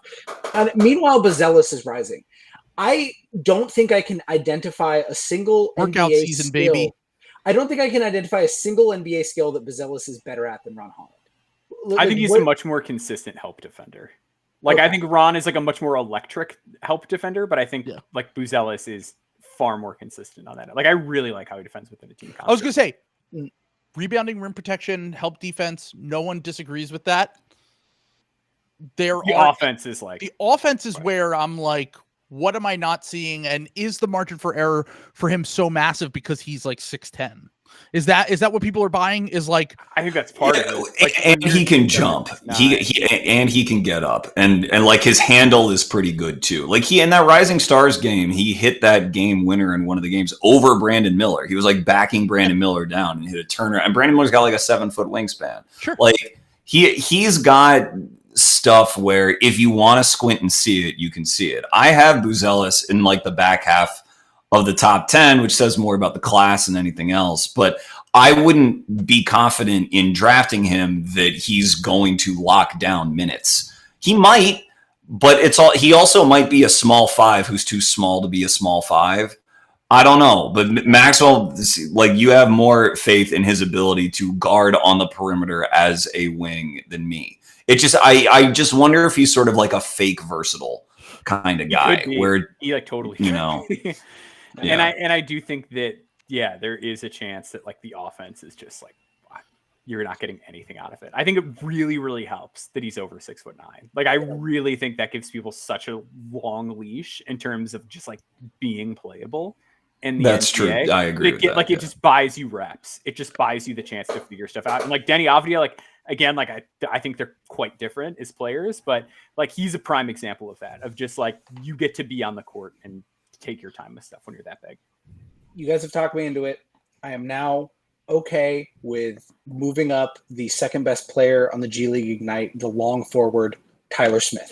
He is now my favorite, one of my favorite players in the draft. I don't know. I actually shoot. A guy who can. He can really shoot. Yeah. I think can actually shoot. And I think we'll see the floor more. And, you know, obviously Buzelis has some other things. Because I agree with what you're saying, Maxwell, but when a guy's scouting report starts with like really good help defender, I worry about that guy in the NBA. Yeah, well, it's just like how many help defense plays is he really going to make over the course of a game too? You know what I mean? Like it's. Mm-hmm. I feel like people are being really uncharitable to Ron Holland, and Buzelis seems to be getting like a much bigger benefit of the doubt for whatever reason. When Ron Holland shot better than him, I really want to like nail that home. Ron Holland shot better than him. Shot better from the line. I think that they shot a similar percentage from three. And Buzelis' volume was higher. Yeah, he was like 26.7% from three. They're both not good. So, and also to be fair to these guys, they are shooting from pro. I think that does get lost a little bit in the G League Ignite stuff, where like I think that makes a difference. Like, I mean, we talked about the only guy in this class that is. The only two guys I feel like I've watched regularly in this class that are shooting from pro range are Jared McCain and Reed Sheppard. I feel like most of these guys are not shooting a ton from pro range, just based on the guys that I've watched. And the fact that like they have to shoot those is at least a factor, I would say. Like, if they shot from college range, maybe they shoot 30% and you think a little bit higher of them is all I'm trying to get at. Can we? I don't want to like hijack. No, you take the conversation wherever you want to go. In the like being charitable to non-shooters thing, how do we feel about Stephon Castle? So here's my thing with Stephon Castle. Right now, I currently have him. I have him at 12 on my board right now. Okay. I buy very similar. Yeah. Mm-hmm. I feel very similarly to him to the way that I felt about Anthony Black last year, where I buy a lot of parts of his game. I'm not quite like the high end outcome stuff is borderline insane to me. The way that people talk about him, like Jimmy Butler and like all these guys. To me, people say that about. They say Jimmy Butler. Yeah, people have said Jimmy Butler. I have heard that comp for a high end outcome for him. Which, look, I'm not a draft expert or anything, but based on what we have seen, no fucking way is that a possibility to me. Whew. So anyway. Yeah, I literally got goosebumps, but like not good goosebumps. Yeah, I just think like physically as strong as Castle is, like he is not Jimmy Butler strong. Yeah, like I just does not move people the same way. So he's the guy that I think of all these guys that we talk about. We talk about guys that did not benefit from context. I think that he benefited a lot from context. So the defense is very, very, very, very legit. Like, I'm not shading that at all. Like you talked about earlier with Donovan Clingan's defense on Terrence Shannon Jr. He locked Terrence Shannon Jr. up in a game earlier in this season. And Terrence Shannon Jr. is a big wing athlete who's like 24 years old. Mm-hmm. And he did this as a freshman. Like, the defense is very legit. I 100% think that is going to translate.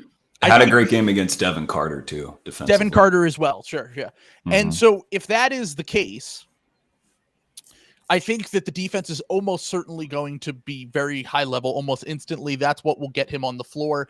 If he gets drafted to the right situation, I would like him if he got drafted to Charlotte, for example, where they have a lead creator, they have a wing scorer. He can be kind of, their defensive utility, do it all guy as he grows his offensive game. I just think his offensive game is way further away than a lot of people do. But the comps that I've liked for him the most, if I'm a little bit more optimistic on him, are like in the role player realm of Josh Hart and Nikhil Alexander-Walker types. Like that's like, if I really can like stretch my imagination for what I think he can be in the NBA, and that's a good, useful, valuable player. And even those guys have been traded multiple times. Like that's the thing, is like, I think that anyone would take those guys on their team today, but it's not like this, wow, blow you away from the jump and it is obvious star in the NBA. If anything, high level role player is what I feel like, fifth starter on a good team. And the shot really needs to come along. Like the thing about him is like, it's not that the shot didn't go in, it's that he doesn't shoot. And like few guys that don't shoot actually shoot when they get to the NBA, that he needs to make that like a big part of his game for me to believe in the higher end outcomes. So I think you do need to consider the context with that too. Cause like UConn was such a machine that like, I doubt they were really encouraging him to get up his volume from three, because you had Caravan, who's such a great high volume shooter, and Spencer, who's such a great high volume shooter. And like, Tristan Newton's a great pick and roll operator. I think Tristan's very underrated in this draft class. Yeah. So you realize that what he was ending up with was kind of not quite scraps, but they weren't scripting a ton for him to begin with anyway. So that probably depressed some of it. But on the point of your comps, like Jalen Suggs, for example, was like much more of a point guard, where it didn't sound crazy that Jalen Suggs was calling himself a point guard. He also had like middling volume from three, but I think was more clearly a like bouncy athlete than Castle was. And it still took him 3 years to finally get the 3-point volume up to the point where he is a clear starter. Now he's valuable as a clear starter now, and they're not going to, I hope they don't trade him, because I don't think they should, but that it takes a while. And that's just what I think is going to happen with Castle. It's just going to take a while. Cause I also don't think that his shot lends itself to like super quick releases and sprinting and stopping and popping the way that Suggs does. I mean, Suggs is just an extremely twitchy guy, and Castle really isn't. And so I've flirted with having him out of the lottery. But it's hard. I mean, that defense is really real. And they were, whatever they were, 26-1 with him in the starting lineup. Like, I mean, there is a baseline, but it's just hard. I mean, he also got to the line a lot. I guess that's where some of the Jimmy stuff comes from, but not to me nearly to the extent. Sure. And also keep in mind, if you want to talk about outlier development stuff, banking on a guy like Jimmy, who was 22 when he came into the NBA and is one of the most psychotic workers we've ever seen, and one of the more, just kind of massive skilled dude who's like basically a near basketball genius and also a crazy athlete. That is, it's just not a realistic outcome for the large majority of prospects, let alone a guy that I project to be more of a good role player. That's kind of my thing. Although I guess you could say the same thing about Jimmy in his early days if you wanted to be cute with it. But yeah, no, Castle's solid. I don't know. I'm sure he'll go higher than I expect him to, but I think that I've said it time again. I think teams are going to be a little bit safe in this draft, and I think that he will be viewed as a safer pick. And teams are just not going to be. Teams are going to be afraid of missing. 6'6", 6'9" wingspan, guy who can play defense at that level. The comp I wanted to make for him was Marcus Smart, and everyone knows how I feel about Marcus Smart. The thing is, I'm a little alarmed that the steals don't show up for him. For someone who's as good of a defender as he is, that's a little alarming to me. I understand that this part is probably part of being in the Connecticut machine, but there's not a lot of assists there. He was kind of the hammer and kind of the downhill guy, and attacking advantages, like that was kind of his role. So maybe he has a little bit more of that in his bag, but I don't see. Yeah, I see him more as a plus rebound guard, and I think that what's going to ultimately determine if he's like a very high level starter on a good playoff team is if he can get himself to like 36% on the 3-point shooting, which is what Marcus Smart was able to do. And Marcus Smart, I don't think was ever that bad of a 3-point shooter. He was to like 29, I think, both seasons. And I think he shot a lot more. Like I'm pretty sure he shot like 4 or 5 a game versus like 2 for Castle, which again, Chuck points out it might be part of the Connecticut context, but I think that's the role he's going to need to have in the NBA, is kind of the Marcus Smart off-ball guard who has a little bit of pop playmaking, but is also a point of attack defender, can help with his size and can crash the glass and kind of create some of those plus rebounding opportunities. Josh Hart's like this too. It's just a guard version or a guard version of Hart, who I kind of see as more of a wing. But I've been wondering if he's like somewhere between like Jayshawn Tate and Isaac Okoro. Yeah, that's good. Like those are the two guys I've been thinking about with him, where it's like a little bit of the play. Where do you have him on your board then? No, I've got him like it's like my like more optimistic like 75th, 80th percentile outcome kind of a thing. Like and I you think have him at where on your board? I think last board he was like 10. Okay. Man, wait, I have him 9 and I'm the highest of all of us. That's pretty funny. I know he was 9th on my last board. Okay. To be clear, NBA teams are higher on him than we are. Sure. Yes. I think so far what we've gathered is that NBA teams are higher on Buzelis. They are higher on Castle. They are lower even for you guys who are a bit more of Ron Holland centerists. Mm-hmm. They are lower on Holland, and they're probably lower on Edey unless there's a team that wants to be really, really bold. But I think that the way that it's trending based on what we've heard so far is like Clingan or Sarr or maybe Ricochet going number 1. And then from there, I think that the way that the board breaks is going to be very interesting. I think Washington probably takes one of those 3 guys at 2. Do you want to talk a little bit more about Ricochet? Because I'm the biggest Ricochet skeptic maybe in the world. I think I almost like my comp for him in this draft is during the 80s and 90s, there were always these bigs that were drafted based on the idea that you needed an elite big man in the NBA. And like 50% of those guys sucked. Mm-hmm. And now we have reversed so far in the other direction that all bigs suck. Unless, by the way, I want to clear this up. All bigs suck unless they can also play the 4 and they're incredibly switchable and athletic. And I have terminal podcaster brain. Mm-hmm. So that's the case for bigs. But all wings are good. All wings are good, yeah. All wings are good, even though I think this wing class is pretty underwhelming, to put it lightly. Yes. And they all just have like crazy fatal flaws. Like their flaws are horrible. Yeah. Fatal flaws, and also like I think that we're now we've already gotten to this point where I think over the last handful of years we've seen a lot of wing types like busts in the draft, like just off the top of my head, like Josh Jackson and Kevin Knox and those kind of guys. I know. Mm-hmm.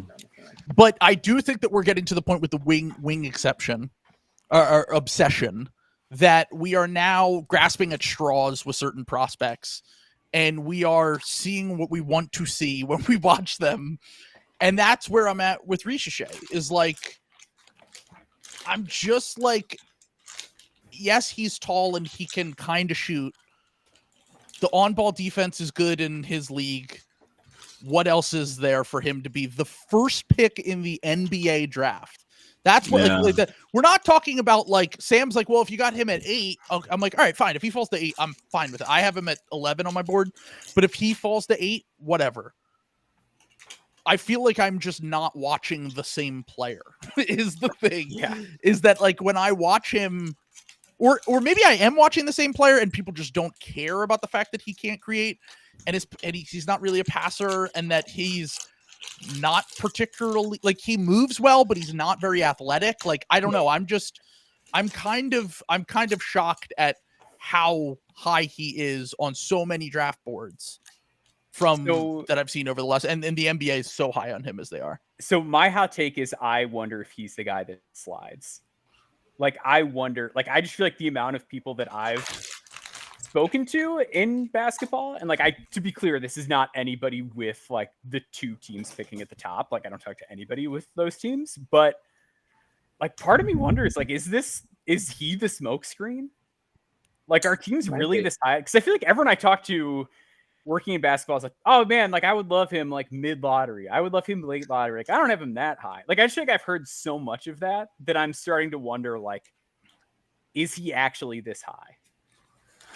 Well, like Gavoni loves him, right? I mean, that's why he's been in the conversation to begin with, is because that major outlet like thinks very highly of him. And I don't know. Who knows? I see the same thing as everybody else. I think his motor runs very, very hot. He's also just turned 19. You know, he did start for a team that was like pretty good and had some big games for them. I think that he is very, like what you said about being 6'9" with Buzelis. Yeah, I see more clearly with Risacher just because I think he's a better defensive mover than Buzelis is, and there's more of a ready-made role that teams don't have to think too hard about. But that's what the appeal is that teams feel like they don't have to think that hard about him. And so that's it. I have an episode hopefully coming out on Friday with Ignacio Risotto, No Ceilings legend, talking about him. And we just started like giggling when we were talking about Risacher because it's just like, That's how he felt about it. It killed Chuck. It was such a funny conversation that it actually killed him. Yeah. Before Chuck can get back to his point, once he gets his connection back here, Dan Ollinger has been calling him French Sam Hauser, and I'm just blown away that the number 1 overall pick. It's a bit tongue in cheek, to be fair. He's actually not like low on like, Risacher compared to even me. I think he probably has him a little bit higher. And like people, I don't think Risacher could lock up. Yeah, Sam Hauser is like really strong too. Is like another difference between the two of them. Okay, so we're talking about a guy who is a 7th man on a really good team. I do think I think the one thing that is really important to keep in mind with Risacher is that like his team played 1 billion games. Like he played a 60-some game season. Sure, this year, he did. Yes, and he shot like 39% from 3 on good volume. And a lot of people point out like, oh, he had like this really bad rough patch or whatever. But like that really bad rough patch was after he'd had a concussion too. So like I don't know. Those people are the ones that deny that concussions are real. They work for the NFL. Yeah. The NFL bot accounts that they send to draft Twitter is a psyop. I also thought he got better rebounding throughout the year. He is truly this year's like no bag prospect. Like he has no bag. Yes. He has no bag. The rebounding numbers aren't good. I know in those leagues a lot, especially with like bit style role players, they don't get a lot of assists, but his assists are very low. And the passing is, if we're being generous, he's a good connective passer. This is just, I'm going insane with him. Like I really am like, I could see a world where everything works out great and he's a 5th starter on a good team. And to take that guy with the 1st pick in a draft is just wild to me. If, like I said, if he falls past 5, who cares at that point? Like, especially if teams are being more conservative and taking the Donovan Clingans and Castles and Reeds at the top of this draft, then it's like, all right, well, it's not a guarantee we get an NBA player anyway. So we might as well take a swing on the big wing who can shoot. And like all of his shooting, like the thing about him is he does make tough shots. Like when you watch him, I've seen games where he isn't creating his own shot, but he can hit tough mid-rangers and contested threes because he has such long arms that I think that he is a guy that could potentially, like I said, be a 5th starter who's just like a good wing defender and good enough at enough things that it translates, and maybe puts on more weight and fills out a little bit more, and that helps his game as well. But like, a lot of his shooting is from the corners. And a lot of his free throw stuff is like, okay. It's honestly the mid-range stuff. It's weird to say this about a prospect who doesn't create his own shot, but I've seen a handful of games where he kind of can get a little hot from the mid-range, and that makes me buy that the shooting is a little bit more. I'm not talking about like floater range. I'm talking like longer 2-ish range. That tells me that the touch and the shot is probably real, but like, I don't know. It to me, it reeks of teams being obsessed with this archetype of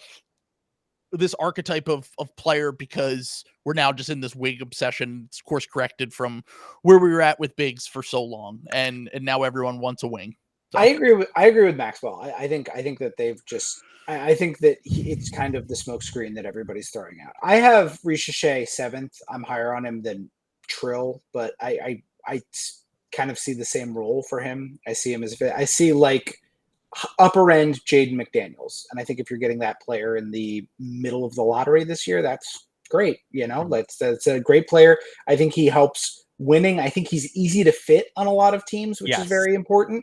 But again, as you said, Maxwell, bagless. Not like that. There's not a lot else coming besides the shooting and the defense. So rebounding, McDaniels is just such a better athlete than him. Yeah, that's where I can't get that. Like, I've heard that comp before. And look, maybe I'm wrong, and maybe he's just like, I don't know. I actually had a question I wanted to ask you that was asked by the Discord. Because I actually don't think that he is as bad as he tested athletically at the combine, but I'm not sure if you saw that. I don't know. I don't want to be stereotypical here. I feel like the European guys don't train for the combine. Sure, guys do. Like all the European guys did bad at the combine, and I don't know. Maybe my eye test just isn't as good watching international film. Like that could very well be the case, but I feel like they do all perform functionally fine. Like there's none of the international guys where I was like, that guy's a horrible athlete. Yeah. I mean, the closest athletic comparison they had in the database to him was Adam Morrison, which that's very bad. Yeah. But if you went further down that list, actually McDaniels was like a 60th similarity score. And like you said, maybe if that's the absolute high end outcome, I'm just wrong on this guy because he does move very well. And McDaniels was also, he was terrible in college. Like I know he showed some stuff on defense and had high steal rates and all that kind of stuff. But like the offensive game was not developed at all. And the defense was good, but it was just more like what can he be projecting long term as opposed to who he was when he was drafted. But I'm just like, I'm out on him, but he at a minimum has a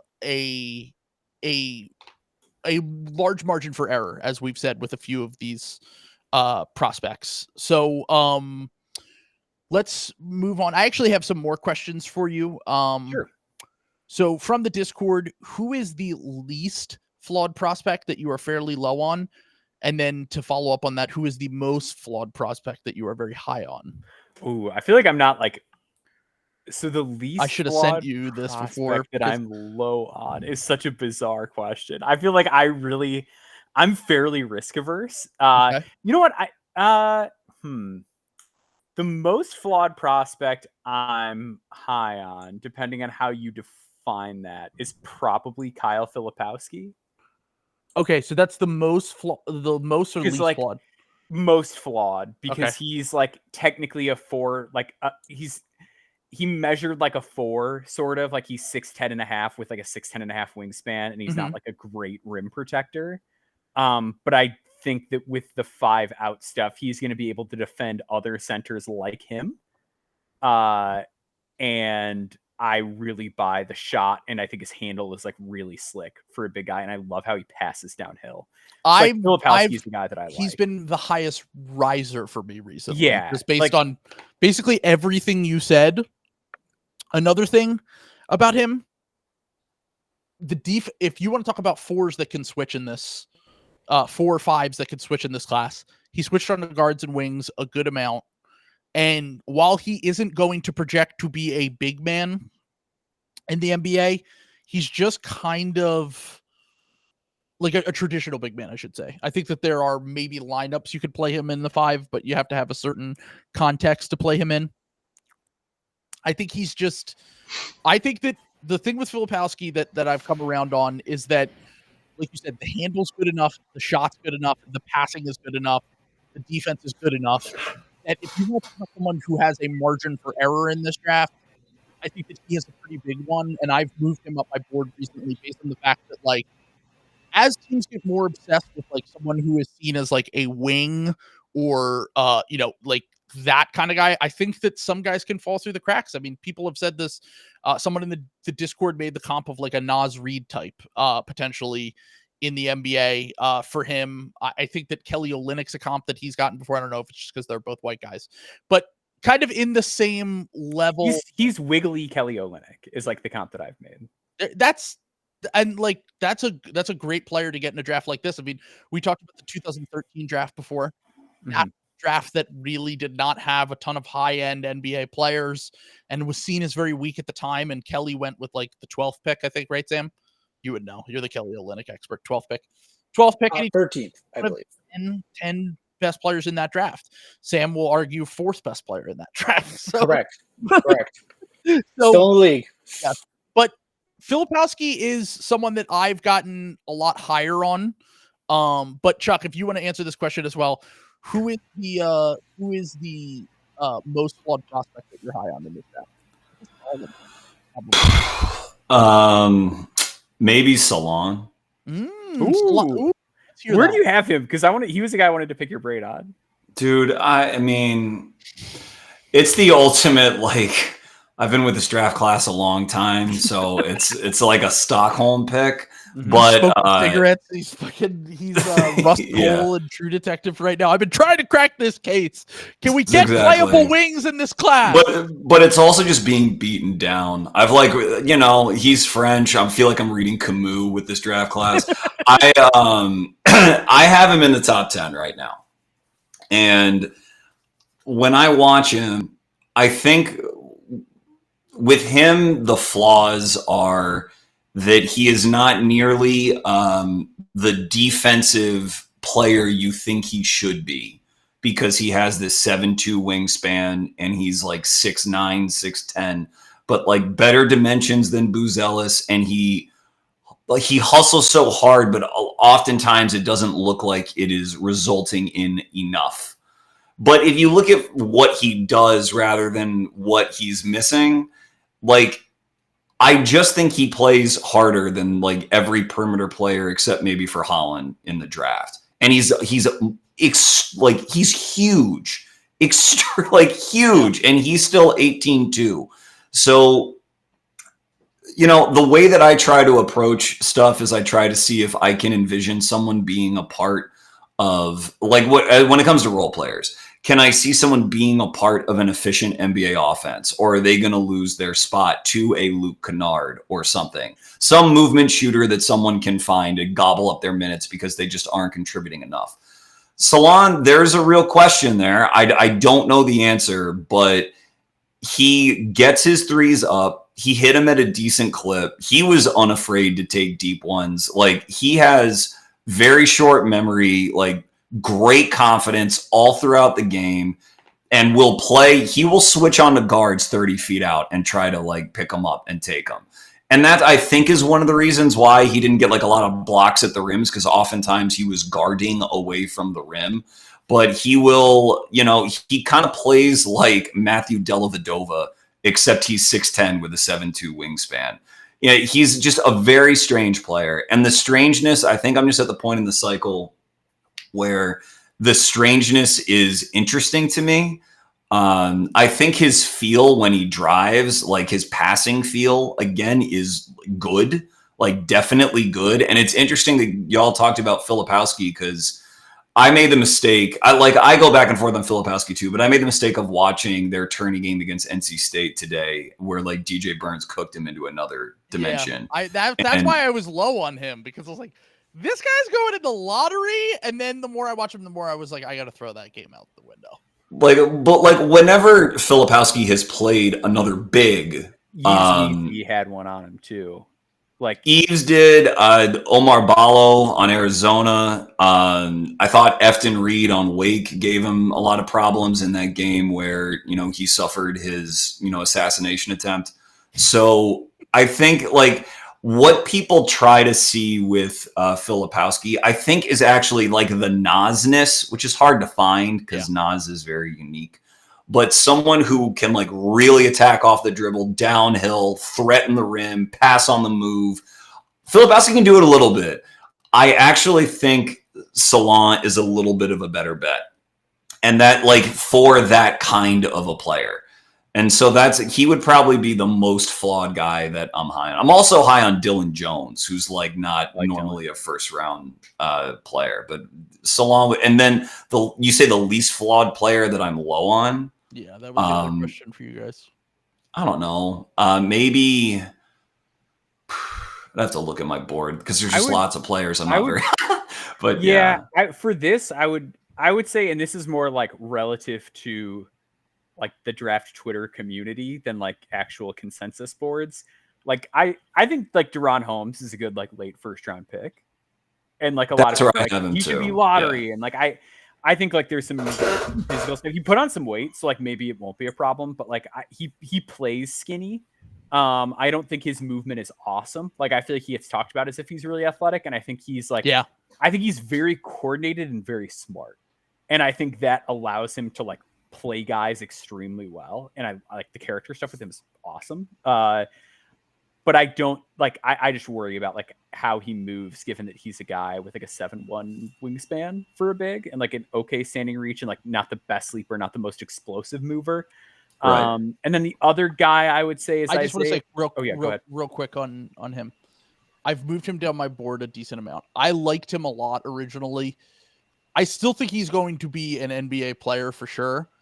He is probably the guy that falls into my bucket of very good at a lot of things, not really elite at anything. And I also struggle to see the role in the NBA as you just described.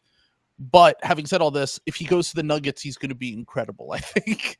And that's potentially the team that has been given him this promise, which I don't know if I believe. I think he might end up going higher than that based on the mocks. Well, he got a green room invite, which implies I don't really. It was someone. Some of these Patrick Baldwin Jr. got a green room invite 2 years ago. Like I kind of think that sometimes guys get green room invites based on buzz, and then they still fall to the end of the first. But you could be right. I mean, maybe there's a team that they know gave him a promise in the top 20, and that's why he got. Like, maybe the Heat really like him or something. I mean, honestly, my fear with him is that he's a little Precious Achua-y. And I think Precious was a much better athlete. Yeah, he was. So was Tumani Kamara, his teammate last year. Yeah, exactly. Better, straight up better athlete. Yeah. But Dayron, I like the basketball player. I'll say that much. I don't know if it necessarily translates, but I do like him as a basketball player. I think he's just solid all around. But continue with who your other choice was. Oh, the other one I was going to throw out was, and like I still have this guy like early second, Isaiah Crawford, who's like a really physical, like awesome defender. I think my thing with him is like the shot volume has always been really low. But more so, I think the passing is where I'm lower. Like he makes some really great passes, but he also makes some really frustrating ones. And I think that like might be a little bit tricky for some teams. He's had some injury history. Like that plays into it too. Like if he didn't have the injury history, I'd probably still throw him in the first. But like for a guy who played basically 4 full seasons of college basketball, like some of the passes that he makes, I'm still like, you should know not to try to force that one. I was going to say, I know Chuck, you like Isaiah Crawford, and he's probably a second round guy, but he's kind of a sleeper in this draft. Yeah, I do like him, but I don't have him far away from where Maxwell has him. I just think he's another guy who's played a La Tech for a long time and always has played slow because he can just sort of control the game at his own pace. And he's just going to have to play a lot faster, and his decision-making is going to have to be a lot faster. And he's had his knee operated on twice.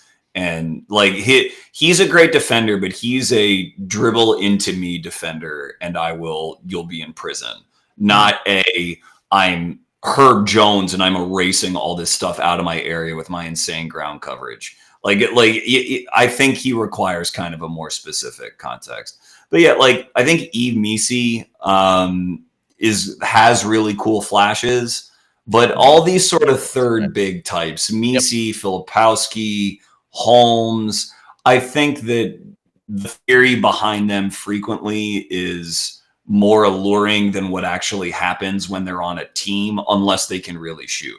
I think Filipowski like has the best package out of all of them, and hopefully he does shoot. He might. But if you're not a shooter at that spot, like Nas and Olynyk can both really shoot. That's how they've stayed in the league. And Olynyk at least bounced around, like has still bounced around. Like I just am not convinced that sort of player is that valuable unless you start to get into a lot of off the dribble juice, which maybe Filipowski I think he kind of gets tunnel vision too much. I think the passes that he throws are good, but I don't know. He's a confusing one for me. But yeah, all those sort of third big types, I haven't been able to warm myself up on too much in the top 20. If you want to have the pitch on Filipowski, I think the passing flashes are really what sells. The driving and passing flashes. If you want to believe in his kind of I don't even want to say starter upside, but like good rotation player upside.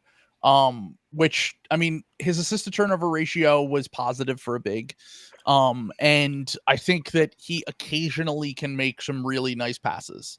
And that's just probably something that I think that teams are going to value more and more. But maybe not. I haven't really seen him in the lottery. I'm seeing him more in the late first. Yeah. I've seen him in the late first. I've seen another guy that's falling. I just want to get your guys' thoughts on this. Isaiah Collier. Very confusing for me. I'll let Chuck lead off because I don't know. The most confusing player in the draft to me, I think. I don't think I buy the super high end outcomes for him because I think the defense is like a huge work in progress and like he does not rebound at all.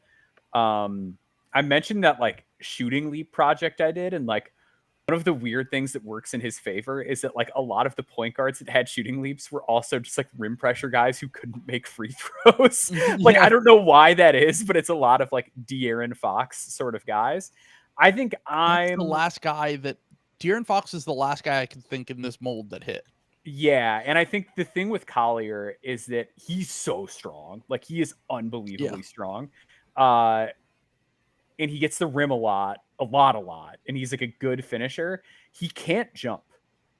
Like he is exceptionally ground bound. And I just like worry about how that scales up if the shot isn't there and he doesn't do a whole lot off the ball. And like, I just think like the 3-point threshold for guards is like higher than people give it credit for. Like people I think it's the league average. And it's like, no, it has to be like league average for a point guard is like 39%. I fade any guards who can't shoot off the dribble. Yeah. And that's why I've faded Collier. Like I'm so low on him compared to draft Twitter, compared to the boards. The talent is there for sure. I just feel like the last few drafts I've gotten burned by this archetype of player. And I don't even think that he is as good as like Jaden Ivey was as a prospect. No, he's not. And like that's the mold of guy that I think that it's not a 1-for-1 comp because I think Ivey's just a much better athlete. But in terms of, like I said, like I think the last guy that really hit on this mold of like questionable shooter, guy who got to the line and the rim a ton, provided that rim pressure, was smaller. I know that he's wider and stronger, but is in that same mold is De'Aaron Fox. Like Tyrese Maxey, people will compare him to not that they're similar prospects, but guys that struggled relative to expectations in college.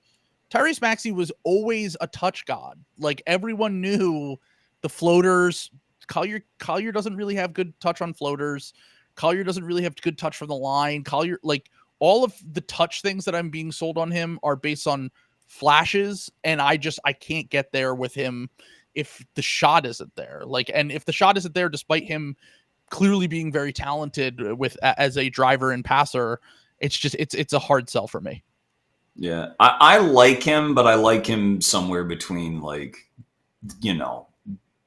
and 22. Mm-hmm. Like it's just I find it pretty unlikely that that his second contract will come from his drafting team. It's just going to take a while for him. And but I also feel badly just because I think he's a little too small, despite all his athleticism. I also think Dillingham's too small, despite how good at basketball Dillingham obviously is. Yeah, Dillingham I mean, if he weighed 30 pounds more and was 2 inches taller he would be the first pick in this draft. Yeah, he'd be great. He's so good at basketball. But with Collier, I don't know, man. I feel bad because I just think these types are getting squeezed. It's hard to say types because he's a unique athlete, but just small guards like this who aren't ready to run an offense. Like Scoot was a much better prospect, and Scoot was like one of the 5 worst regulars in the league for most of last year.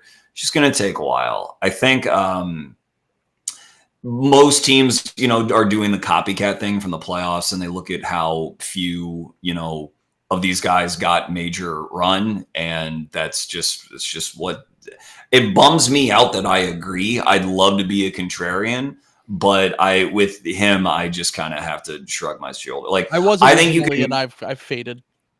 Like I think you can make an argument that like Jalen Tyson will have a better career than I have Jalen Tyson higher on my board. Yeah, but yeah. And Speaking of contrarians, I've got to get out of here in a second, and there's one guy that I'd like to talk about with you gentlemen before I have to leave. This is Trill and I yelling at each other in the group DM about this player until everyone else tells us to shut up. I'd like some of your guys' opinions on Jacoby Walter, the most divisive player between Trill and I, and I'd like to hear where you guys come down on Jacoby Walter. I actually had a question about Jacoby too, but continue. Okay. I would like to hear who's highest on Jacoby here. I guess we'll probably have him like late first. That's around where I've got him. Yeah. I think he's what if Luke Kennard went pro after his freshman year, but his arms were long? That's kind of where I'm at. That actually sounds kind of nice. Like that's the thing is like I think there's like outcomes where it's like this could work because like if you look at Luke Kennard's freshman year stats, like that's what they are. His wingspan's better. Maxwell, what do you attribute his free throw proficiency to? Were you impressed with the way that he got to the line? Because I had a similar question on Keontae George last year. Same system, same. I compared it to like how Moses Moody got to the line in my article on him, where like it's a lot of like I'm going to use my body to like tangle you up in me in the mid range. But I thought around the basket he was really good at like using his pump fake to get bigs off balance. But I also think it's because he's not a functional leaper when he gets to the basket. Like he is kind of like a 2-foot gather below the rim guy. So I don't know that that's like a skill so much as it's like him doing something tricky to cover up something that he's lacking. What I do like about him is he is fearless of closeouts. So he's really good at like, oh, this guy is like charging at me hard and he's expecting me to sort of like duck out of the way. And I'm just going to like plant my feet and let him plow into me for an and one on a 3. I love that about him. And I love like the Moses Moody tie guys up in your body in the mid-range stuff. I think the around the basket foul drawing to me is more like a Band-Aid on the fact that he's a poor finisher. I actually agree with Sorry, go ahead. But are you high on him, Sam? I have him 16th on my board. Yeah. That's where he is. Like I think that's like where he's gonna go. It's probably the range he's gonna go, yeah. So here's my thing. I watched because I do calculator rat stuff first, is kind of my process when I'm checking in, and then I go watch him. And when I saw Jacoby Walter's stats, I went, ugh, gross. No, bad. Don't like this. And then I watched the games and I was like, this is interesting. The thing that I know this is such a weird thing. This is my vibes-based argument for Jacoby Walter that I like that even though he's like supposedly bad on defense, he's very long, as you brought up, 6'10" wingspan. He's also kind of a dog, which I don't think like I trust those guys to get better at defense. You know, it's not like it's a low effort thing. It's not like he's afraid of contact. Like he is not shy of contact and like mixing it up. And he's long and he has tough shot making. And I don't feel like physically he is like limited, you know, like I do think that like the around the rim stuff is a little bit tough, but I think there's a real role for him in the league as kind of a microwave scorer off the bench. I like the tough shot making everywhere. And I do think that he can be kind of a positive defender at the next level, even though he doesn't have the athleticism, just because he is so long and he's not afraid of contact. And, I really talked myself into him. He is like one of my eye test guys. Like, I wouldn't take him in the first round. So that's the biggest difference. I think that he's good at nothing. like that's the thing. Is literally like, what is he's a guard who can't create. Okay, even let's use Luke. Luke Kennard shot almost 90% from the free throw line as a freshman. Yeah. That's the one thing that differentiates them. And like guard who can't create, guard who isn't a high level passer, guard who isn't a high level defender, guard who's a shooter that shot in the low 30s. And yes, I think it will get better at the NBA level, but you're projecting one skill that he is clearly not elite at a minimum. I think that he might be a good shooter in the NBA, but I don't think that we can just say he's a 45% high volume 3-point shooter. And my thing is like in any other world, if he doesn't have long arms, I think that he goes in the second round. And he was also a high prospect too, I believe. If I remember correctly. I can't get there with him. I just don't. He's also not a type of player I generally. I was going to ask you if he's a not quite wing for you. Yes, absolutely. NQW all the way. A not quite wing. Compare him to someone who went in the lot because I just want to be fair to him because I've been kind of mean towards Jacoby in general, but. Compare him to someone that you liked in the draft last year, like Jordan Hawkins. Yeah. Okay. So I think Hawkins, more explosive athlete, better defender straight away. I think that Hawkins was not used, like the burden was much different that they had. Like Hawkins was in the Connecticut machine and Walter was not. But I also think that even though I think Jacoby will be he'll be a good shooter to a very good shooter. Hawkins's release, like the way that he can get his shot off on the move is just like special to me. And I thought all the other ancillary parts of his game were like Connecticutized in the good way, in which like motor really, really hot, never stopped working, like would run people absolutely ragged on defense, was so well conditioned and could get up off of 1 foot like pretty well. And when he drove, had like a pretty good sense of being able to draw fouls in a more athletic way. So like someone could take Jacoby and I'll certainly be rooting for him. It could work. It's just, I really like Jordan. I think that Jordan should play more for the Pelicans. Like, and he had his moments. Even still, like, I don't know that he's going to get a $20 million a year contract as a second guy from New Orleans, or maybe they're just like building him up to trade him in a bigger deal. It's just hard for that type to really push through and become a tent pole for the team that drafts them. It's very difficult. And that's sort of the fear with Jacoby. I think Hawkins has a better shot at it, but it's just hard. Yeah. I mean, and look, I'm going to be wrong about a lot of guys in this draft. Maybe this is just one of the guys that I'm wrong about. And a lot of the times that if I'm using these arguments for other prospects, like, well, look at this guy when he was 18. You could use the same argument for someone like him. I just didn't see enough skill to build on long term. But look, tools, and if he can shoot, he'll probably have an NBA career. So. Yeah. All right. Well, that's it for me, Jacoby. Meet me over here. You heard all of this. I believe in you, big dog. You're the doubters? I don't usually like your player type at all, but I saw you. I know you're a dog. Vibe check. I know you're ready. I know you're fucking ready. All right, let's go. Jacoby team. We'll see everyone at the draft. This slander will not be tolerated. It's gonna be a movie. If the Sixers take him at 16, if he falls to 30. I will be Michael Douglas and Falling Down. Anyway, continue. Well, watch out. When Jacoby falls to 30, we'll watch out. Watch out.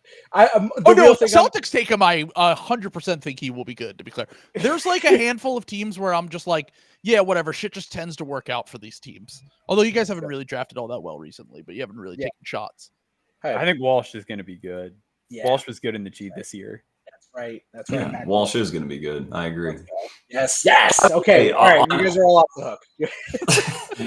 on the, not about Walsh specifically, but like a player who to me is underrated that I have in the first round that is just clearly big wing, clearly really, really, really good NBA caliber athlete that like killed the combine is Kashad Johnson from Arizona. I like Kashad a lot.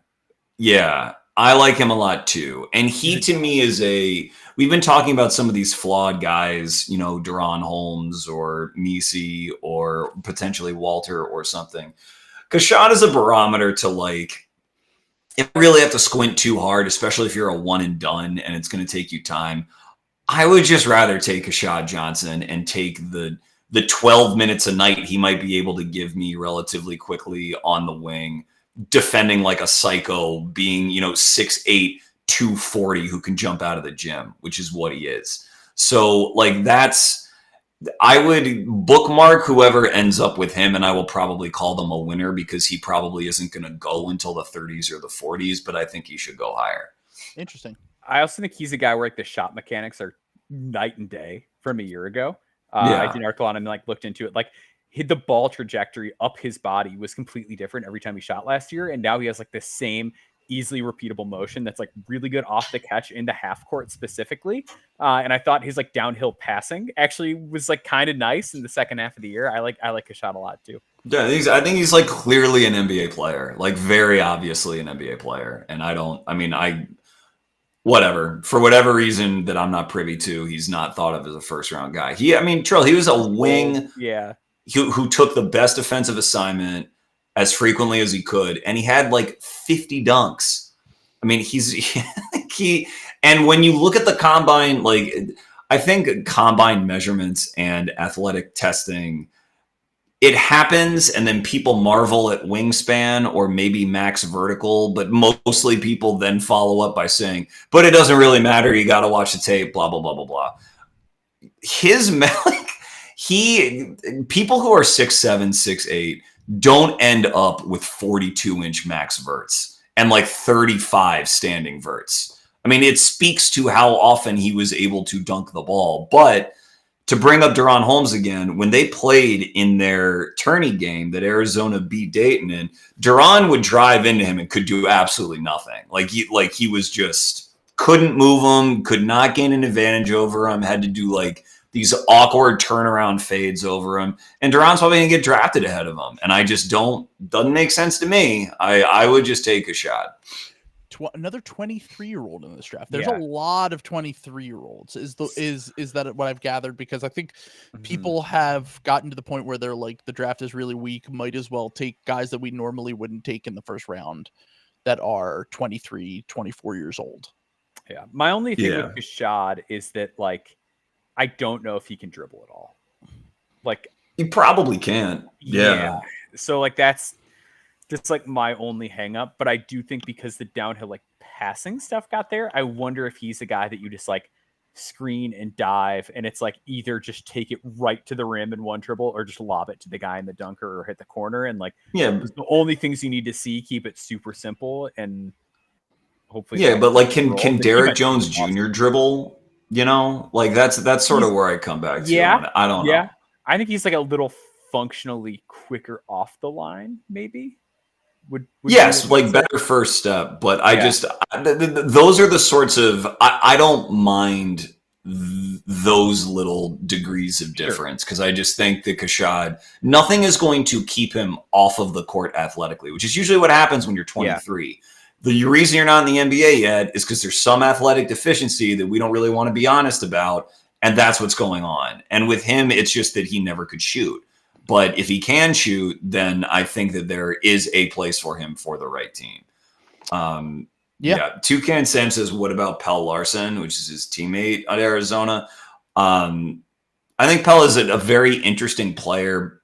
His stuff... He's like a guard who's never seized a ton of usage. He's really a pick your spots kind of guy. Always a very efficient scorer. Also tested better than I thought he would and measured a little bit better than I thought he would at the combine. So I think he can get drafted in the second round, but for guys his size, I think you need to be a bit more dynamic. He's an NQW. So you got to really have a lot of guard skill. I gotta fade him.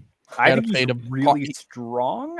My thing with Pell is like I think he's like afraid to shoot. Like he's one of those guys who shot like 40% from three, who passes up looks to drive a lot, and he's a much better finisher than you would think he is. But like an NBA team is going to be like, you need to just take that open three. Like that is your value as like you're drafting Pell Larson hoping you're getting a 7th or 8th man. And in that role, your value is going to be tied to your 3-point shooting. And like you need to take those shots. And I don't like the idea of him doing that from a further line very much. But I do think he's really skilled and I think he's strong. I think like you could do worse in the second round, but he's a Parm guy. I can't. He's Parm loves him, and Parm famously loves shitty players. So the only information I have on him. Maybe you guys talked about him before I joined, but where do you guys have Devin Carter? 7. Top 10, easy. Yeah, I might have him higher than 7. Okay, wait. Let me. This, by the way, this was supposed to be I was gonna say, yeah, I'm flirting with the idea of him at 4. I was gonna say this was supposed to be the big board show, so I gotta. Let's do your board. I gotta just read off my top. I'll do my lottery, okay? Because I actually was a little bit twisted here, but I have Reed 1, Ron Holland 2, Sarr 3, Topic 4, Edey 5, Clingan 6, Devin Carter 7, Bub Carrington 8. Dayron Holmes. I actually thought I moved Dayron Holmes down, but I have Dayron Holmes 9. Khalil Ware 10. Cody Williams 11. Stephon Castle 12. Rob Dillingham 13. Zachary Richeche or Richeche. I always say his name. Yeah, you're ZR. I just started calling. It's pronounced Buzelis. Yeah, 14. He's the last pick in my lottery on here.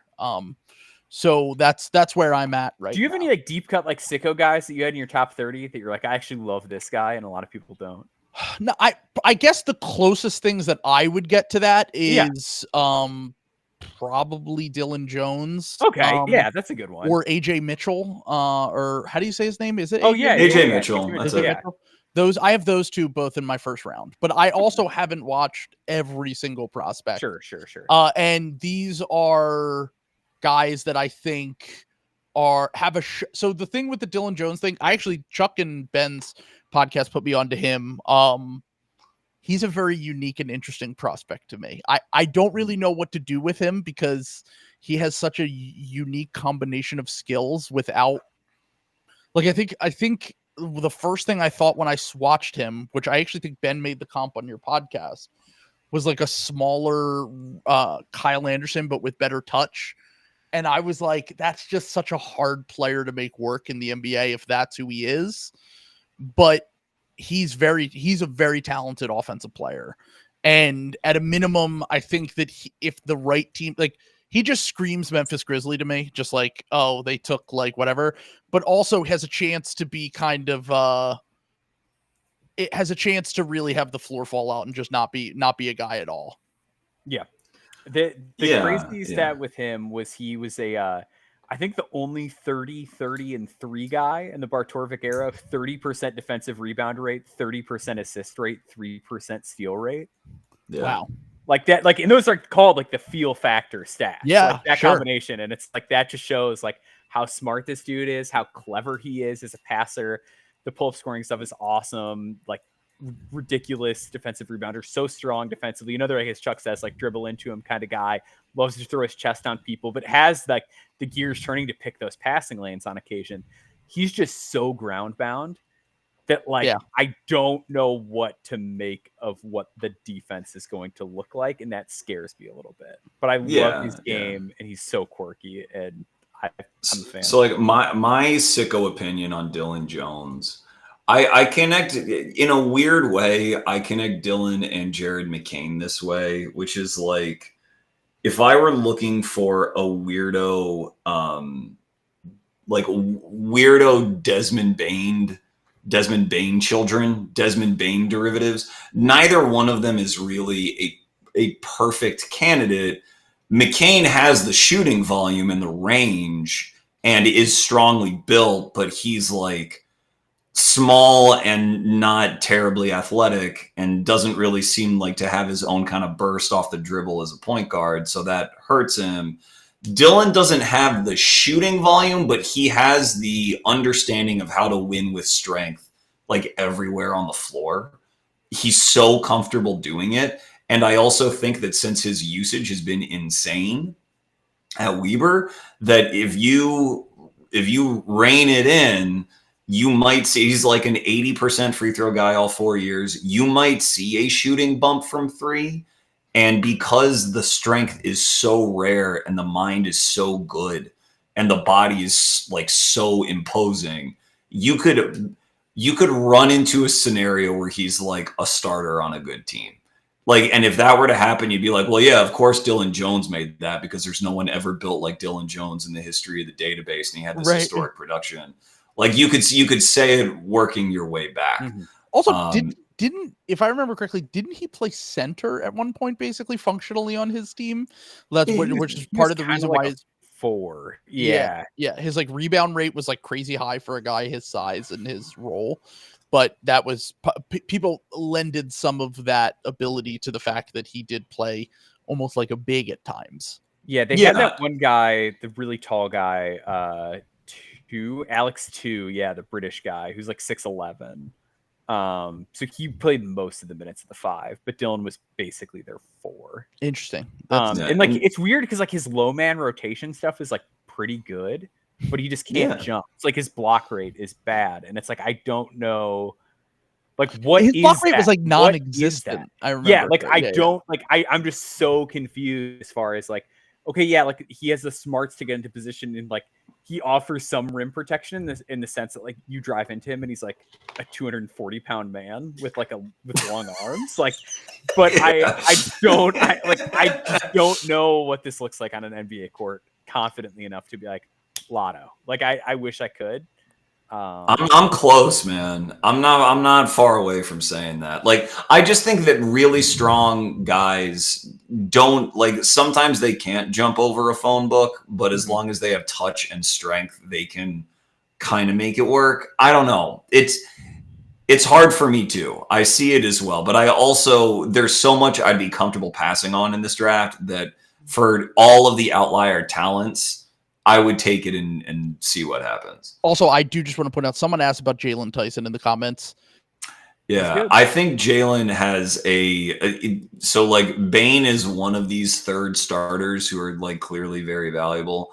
I think that Jalen, again, not 1-to-1, but he has some, I think, Austin Reeves-ish kind of potential to his game. Very slippery, good ball handler. Played in a terrible context on a terrible Cal team, like plenty of good passes that were screwed up and just possessions that fell apart that were not his fault. But like 6'5", 6'8" wingspan, I think will always leave something to be desired on defense, but has a lot of strength and should be able to make up for it a little bit. And I think has like really legit range, in my opinion, that I think, again, once the diet is stripped down, you'll see a little more.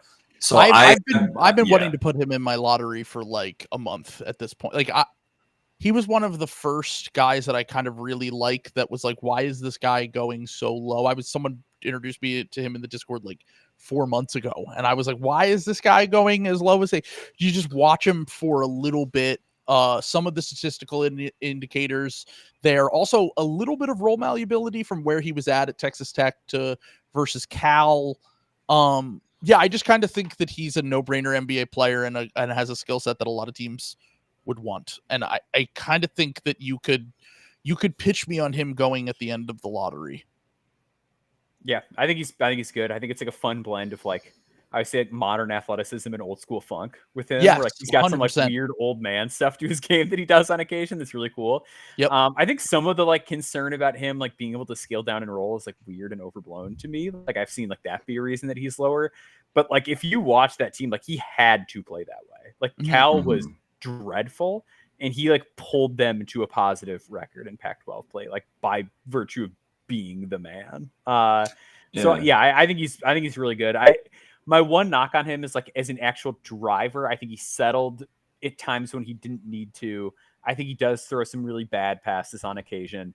And like his efficiency when it's like him driving to the basket on his own and unassisted wasn't very good. Like it was a little worse than you would think it is. But I think that he has the juice to figure that out. And I think he's like really strong. And I think he plays super, super hard. Like I think he's an underrated motor guy in this class because like the defense wasn't good, but I think he competes. Yeah, we like Jalen. Yeah, I was going to say I'll probably end up changing my board after this and moving him possibly into the lottery. I really like him. I have him at 16 right now, just behind Dalton Connect, who I have at 15.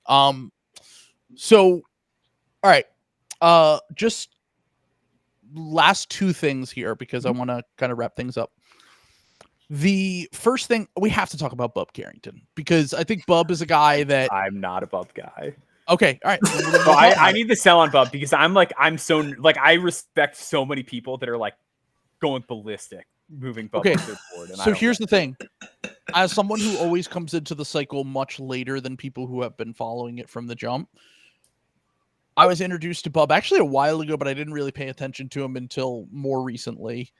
And I was like, okay, so this guy is one of the youngest players in the draft. He is someone who, as a guard, had a good assist-to-turnover ratio. And if you watch him, it's not like he is just kind of like protecting his assist-to-turnover ratio. Like he makes some, no, I wouldn't say like high-level passes, but like he can effectively run a pick and roll. And a lot of the times when I watched him, I was like, I just feel like guards who have his kind of just self-creation ability and ability to kind of live in the mid-range the way that he does, I trust that the shot will be able to be built out to the three-point line. He showed pretty good touch everywhere except for around the basket, and I think that was probably more the fact that he was, he's undersized and is not going to have maybe some of those star-level outcomes that you would hope for him because of the fact that he did that. But he has good tools, and I kind of tend to fall in love with these Hooper combo-ish guards with decent passing feel, good touch, decent self-creation, and especially when they're like 18 and could potentially have a lot more upside. But this is also how I ended up falling in love with Trey Mann in his draft class. And I know Bub is bigger than him, and they're not quite one-for-one prospects.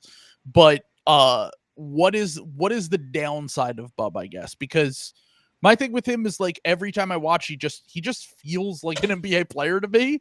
And he's a guy who had a lot of responsibility at Pitt, was very young, and performed decently well despite having some statistical indicators that would say that he didn't.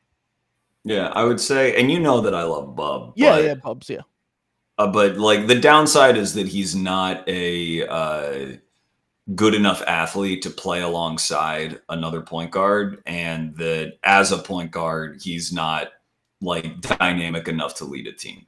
So then you're talking about a bench guard at best, and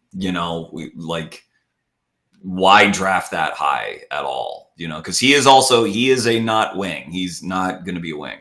I like my thing with Bub is that I just think he is very smart in the pick and roll, particularly keeping a big's attention on him and keeping someone else on his hip. I think that, he might need a pick to get into that stuff, but I think he is good at it. And I think his passing vision is good.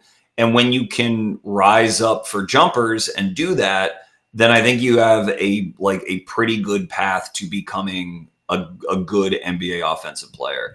But I will confess that I am counting on the age to allow him to fill out his frame a little bit, to be able to shield defenders more and extend and finish at the rim. Like, I'm wishing on a star a little bit with him, having him in the late lottery, but I really like his brain. I like his shooting form, and I like that he was willing to play off the ball and on the ball at Pitt. And so but I get if there's skepticism. I want to hear Maxwell's take on him. Yeah, so I mentioned earlier, like I keep a running database of like guys who stuck in the NBA relative to each position. And again, like Bub is young, and like generally like freshmen just don't grade out as well. But he had like 6 statistical red flags for me, and like I don't think I had another point guard that had 4 that stuck in the NBA. What are the red flags? Rim pressure percentage. He does not get to the rim. Threes, overall 3-point field goal percentage, which is, to be fair, his threes per 100 graded out really well. So that like goes hand in hand. Like he did take a lot of them, which for freshmen is actually a really strong indicator, probably a stronger indicator than your actual percentage. Free throw rate, steal percentage, and effective field goal percentage. In 11 games against top 50 teams, he had a 0.9 BPM and was 39.5% on twos and 30.8% from three. I just think he lives on tough shots. Like I like the feel. I like that he makes an effort to get in on the defensive glass so that like he can start early offense. Like, I think like the gears are turning. And because he is such a willing shooter and such a good mid-range shooter, like I do think there's a chance I'm comfortably, like I might be wrong on him. And like you mentioned, just like the physical runway that he's going to have as somebody that young.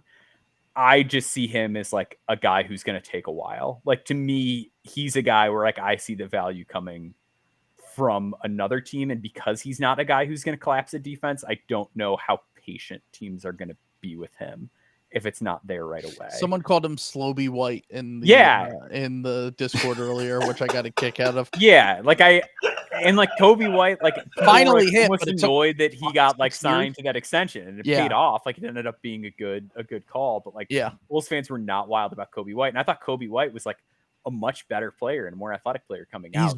He's very fast, like, and Bub just like he just can't put the ball in the basket against good teams, and I worry about that a lot. So I think that's a very legit concern. I'm buying on the touch and the pull-up.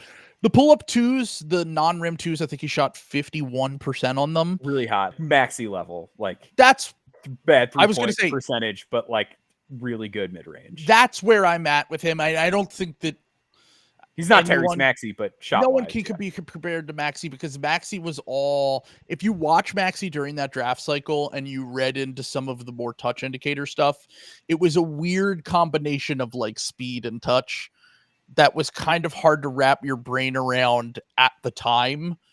And if you were betting on him, you were always betting on, you know, the same things we talk about with Bub, but Maxey got to the rim more. Maxey was, you know, not on ball quite as much, but like the flashes that Maxey had were like truly special when you watched him. There was also a lot of weird stuff in his game and in some statistical stuff that just didn't translate. But I do think that Bub, just as a pull-up 2-point shooter, that's going to extend out to 3 for me. There's no chance that this guy isn't a good shooter. It's everything else I hope comes along that makes him into kind of the starter level player that I think he could potentially be. So we'll see. And then the last thing that I have to ask you guys, I'm sorry to the people whose questions I didn't get to here, but the last thing that I have to ask you guys, pick 16. If the Sixers stay at 16, who would be your favorite player based on like realistic, obviously not fucking Reed Sheppard or, you know, one of these guys that's going to go at the top of the draft, but someone who could realistically be there at 16 if the Sixers do choose to keep the pick. I think it's more likely they trade down, to be honest, and try to get some more seconds and get a lower cap hit on this pick. But who do you think would be the best guy to grab for the Sixers? I mean, we're basically starting from scratch here. It's just Maxey and Embiid, really. And there could be some pretty decent guys on the board at 16. So I'd really hoped for Devin Carter for the longest time. And I just think that train is so far from the station at this point. He would be so good to fill in for Milton.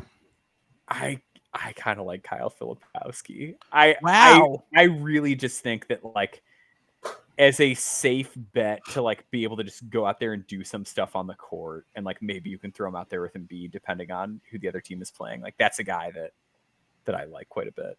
Amazing. I never thought that would have happened, but if there's anyone that could play with Embiid and also potentially maybe be a backup, I would love to see it. But and so are we saying that like Ron Holland has a chance to be there? Ron, oh yeah. Like any of Ron those guys, or honestly at this point, it's like, I think the guys that are falling are like Ron and Rob Dillingham, right? Like those are the two that are at the top of this draft that are probably going to be in that range, if not on the board.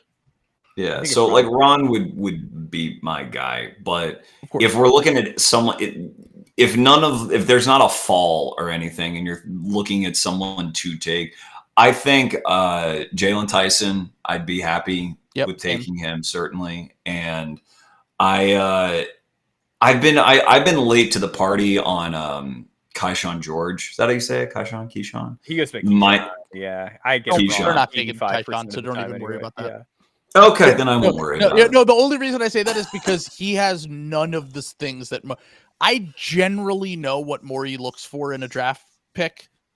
I would be floored if we took him. Like, I would be like, it would be so out of left field compared to the history of Morey. Drafts one of two guys. He either drafts the hyper, I don't even want to say athlete, but hyper like the Maxey, the Springer, the guy that fell and everyone's like, why did this guy fall? He'll take the swing on that guy. Holland would be the one in this. Maybe Dillingham, but probably not. But that would be the kind of guy he would take, or he would take the hyper productive guy that easily slots into a role. Like Baylor Shireman or Jalen Tyson? Sure. I think he would do something like that. I mean, really, like, if I think another guy that might fall into that bucket is Tristan Da Silva, but I'm not positive. I think that he tends to draft for guys that have a little bit more upside than like a Da Silva type. But I think that Shireman would probably be more likely in the second if he was still there, because they pick at 41. They I think also he's might going in the first. Okay, well, if he's going in the first, then probably not. But the only thing I will say is that I think that if Morey picks at 16, he wants to walk away with a pro.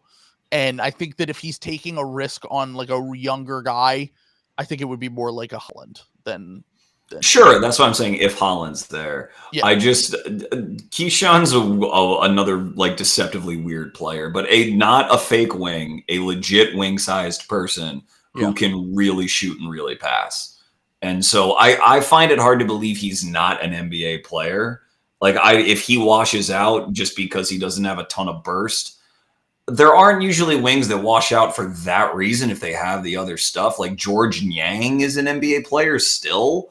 So so I just kind of think that he's going to be around a while, and it wouldn't be the worst thing to get in on that business and see where it goes, in my opinion.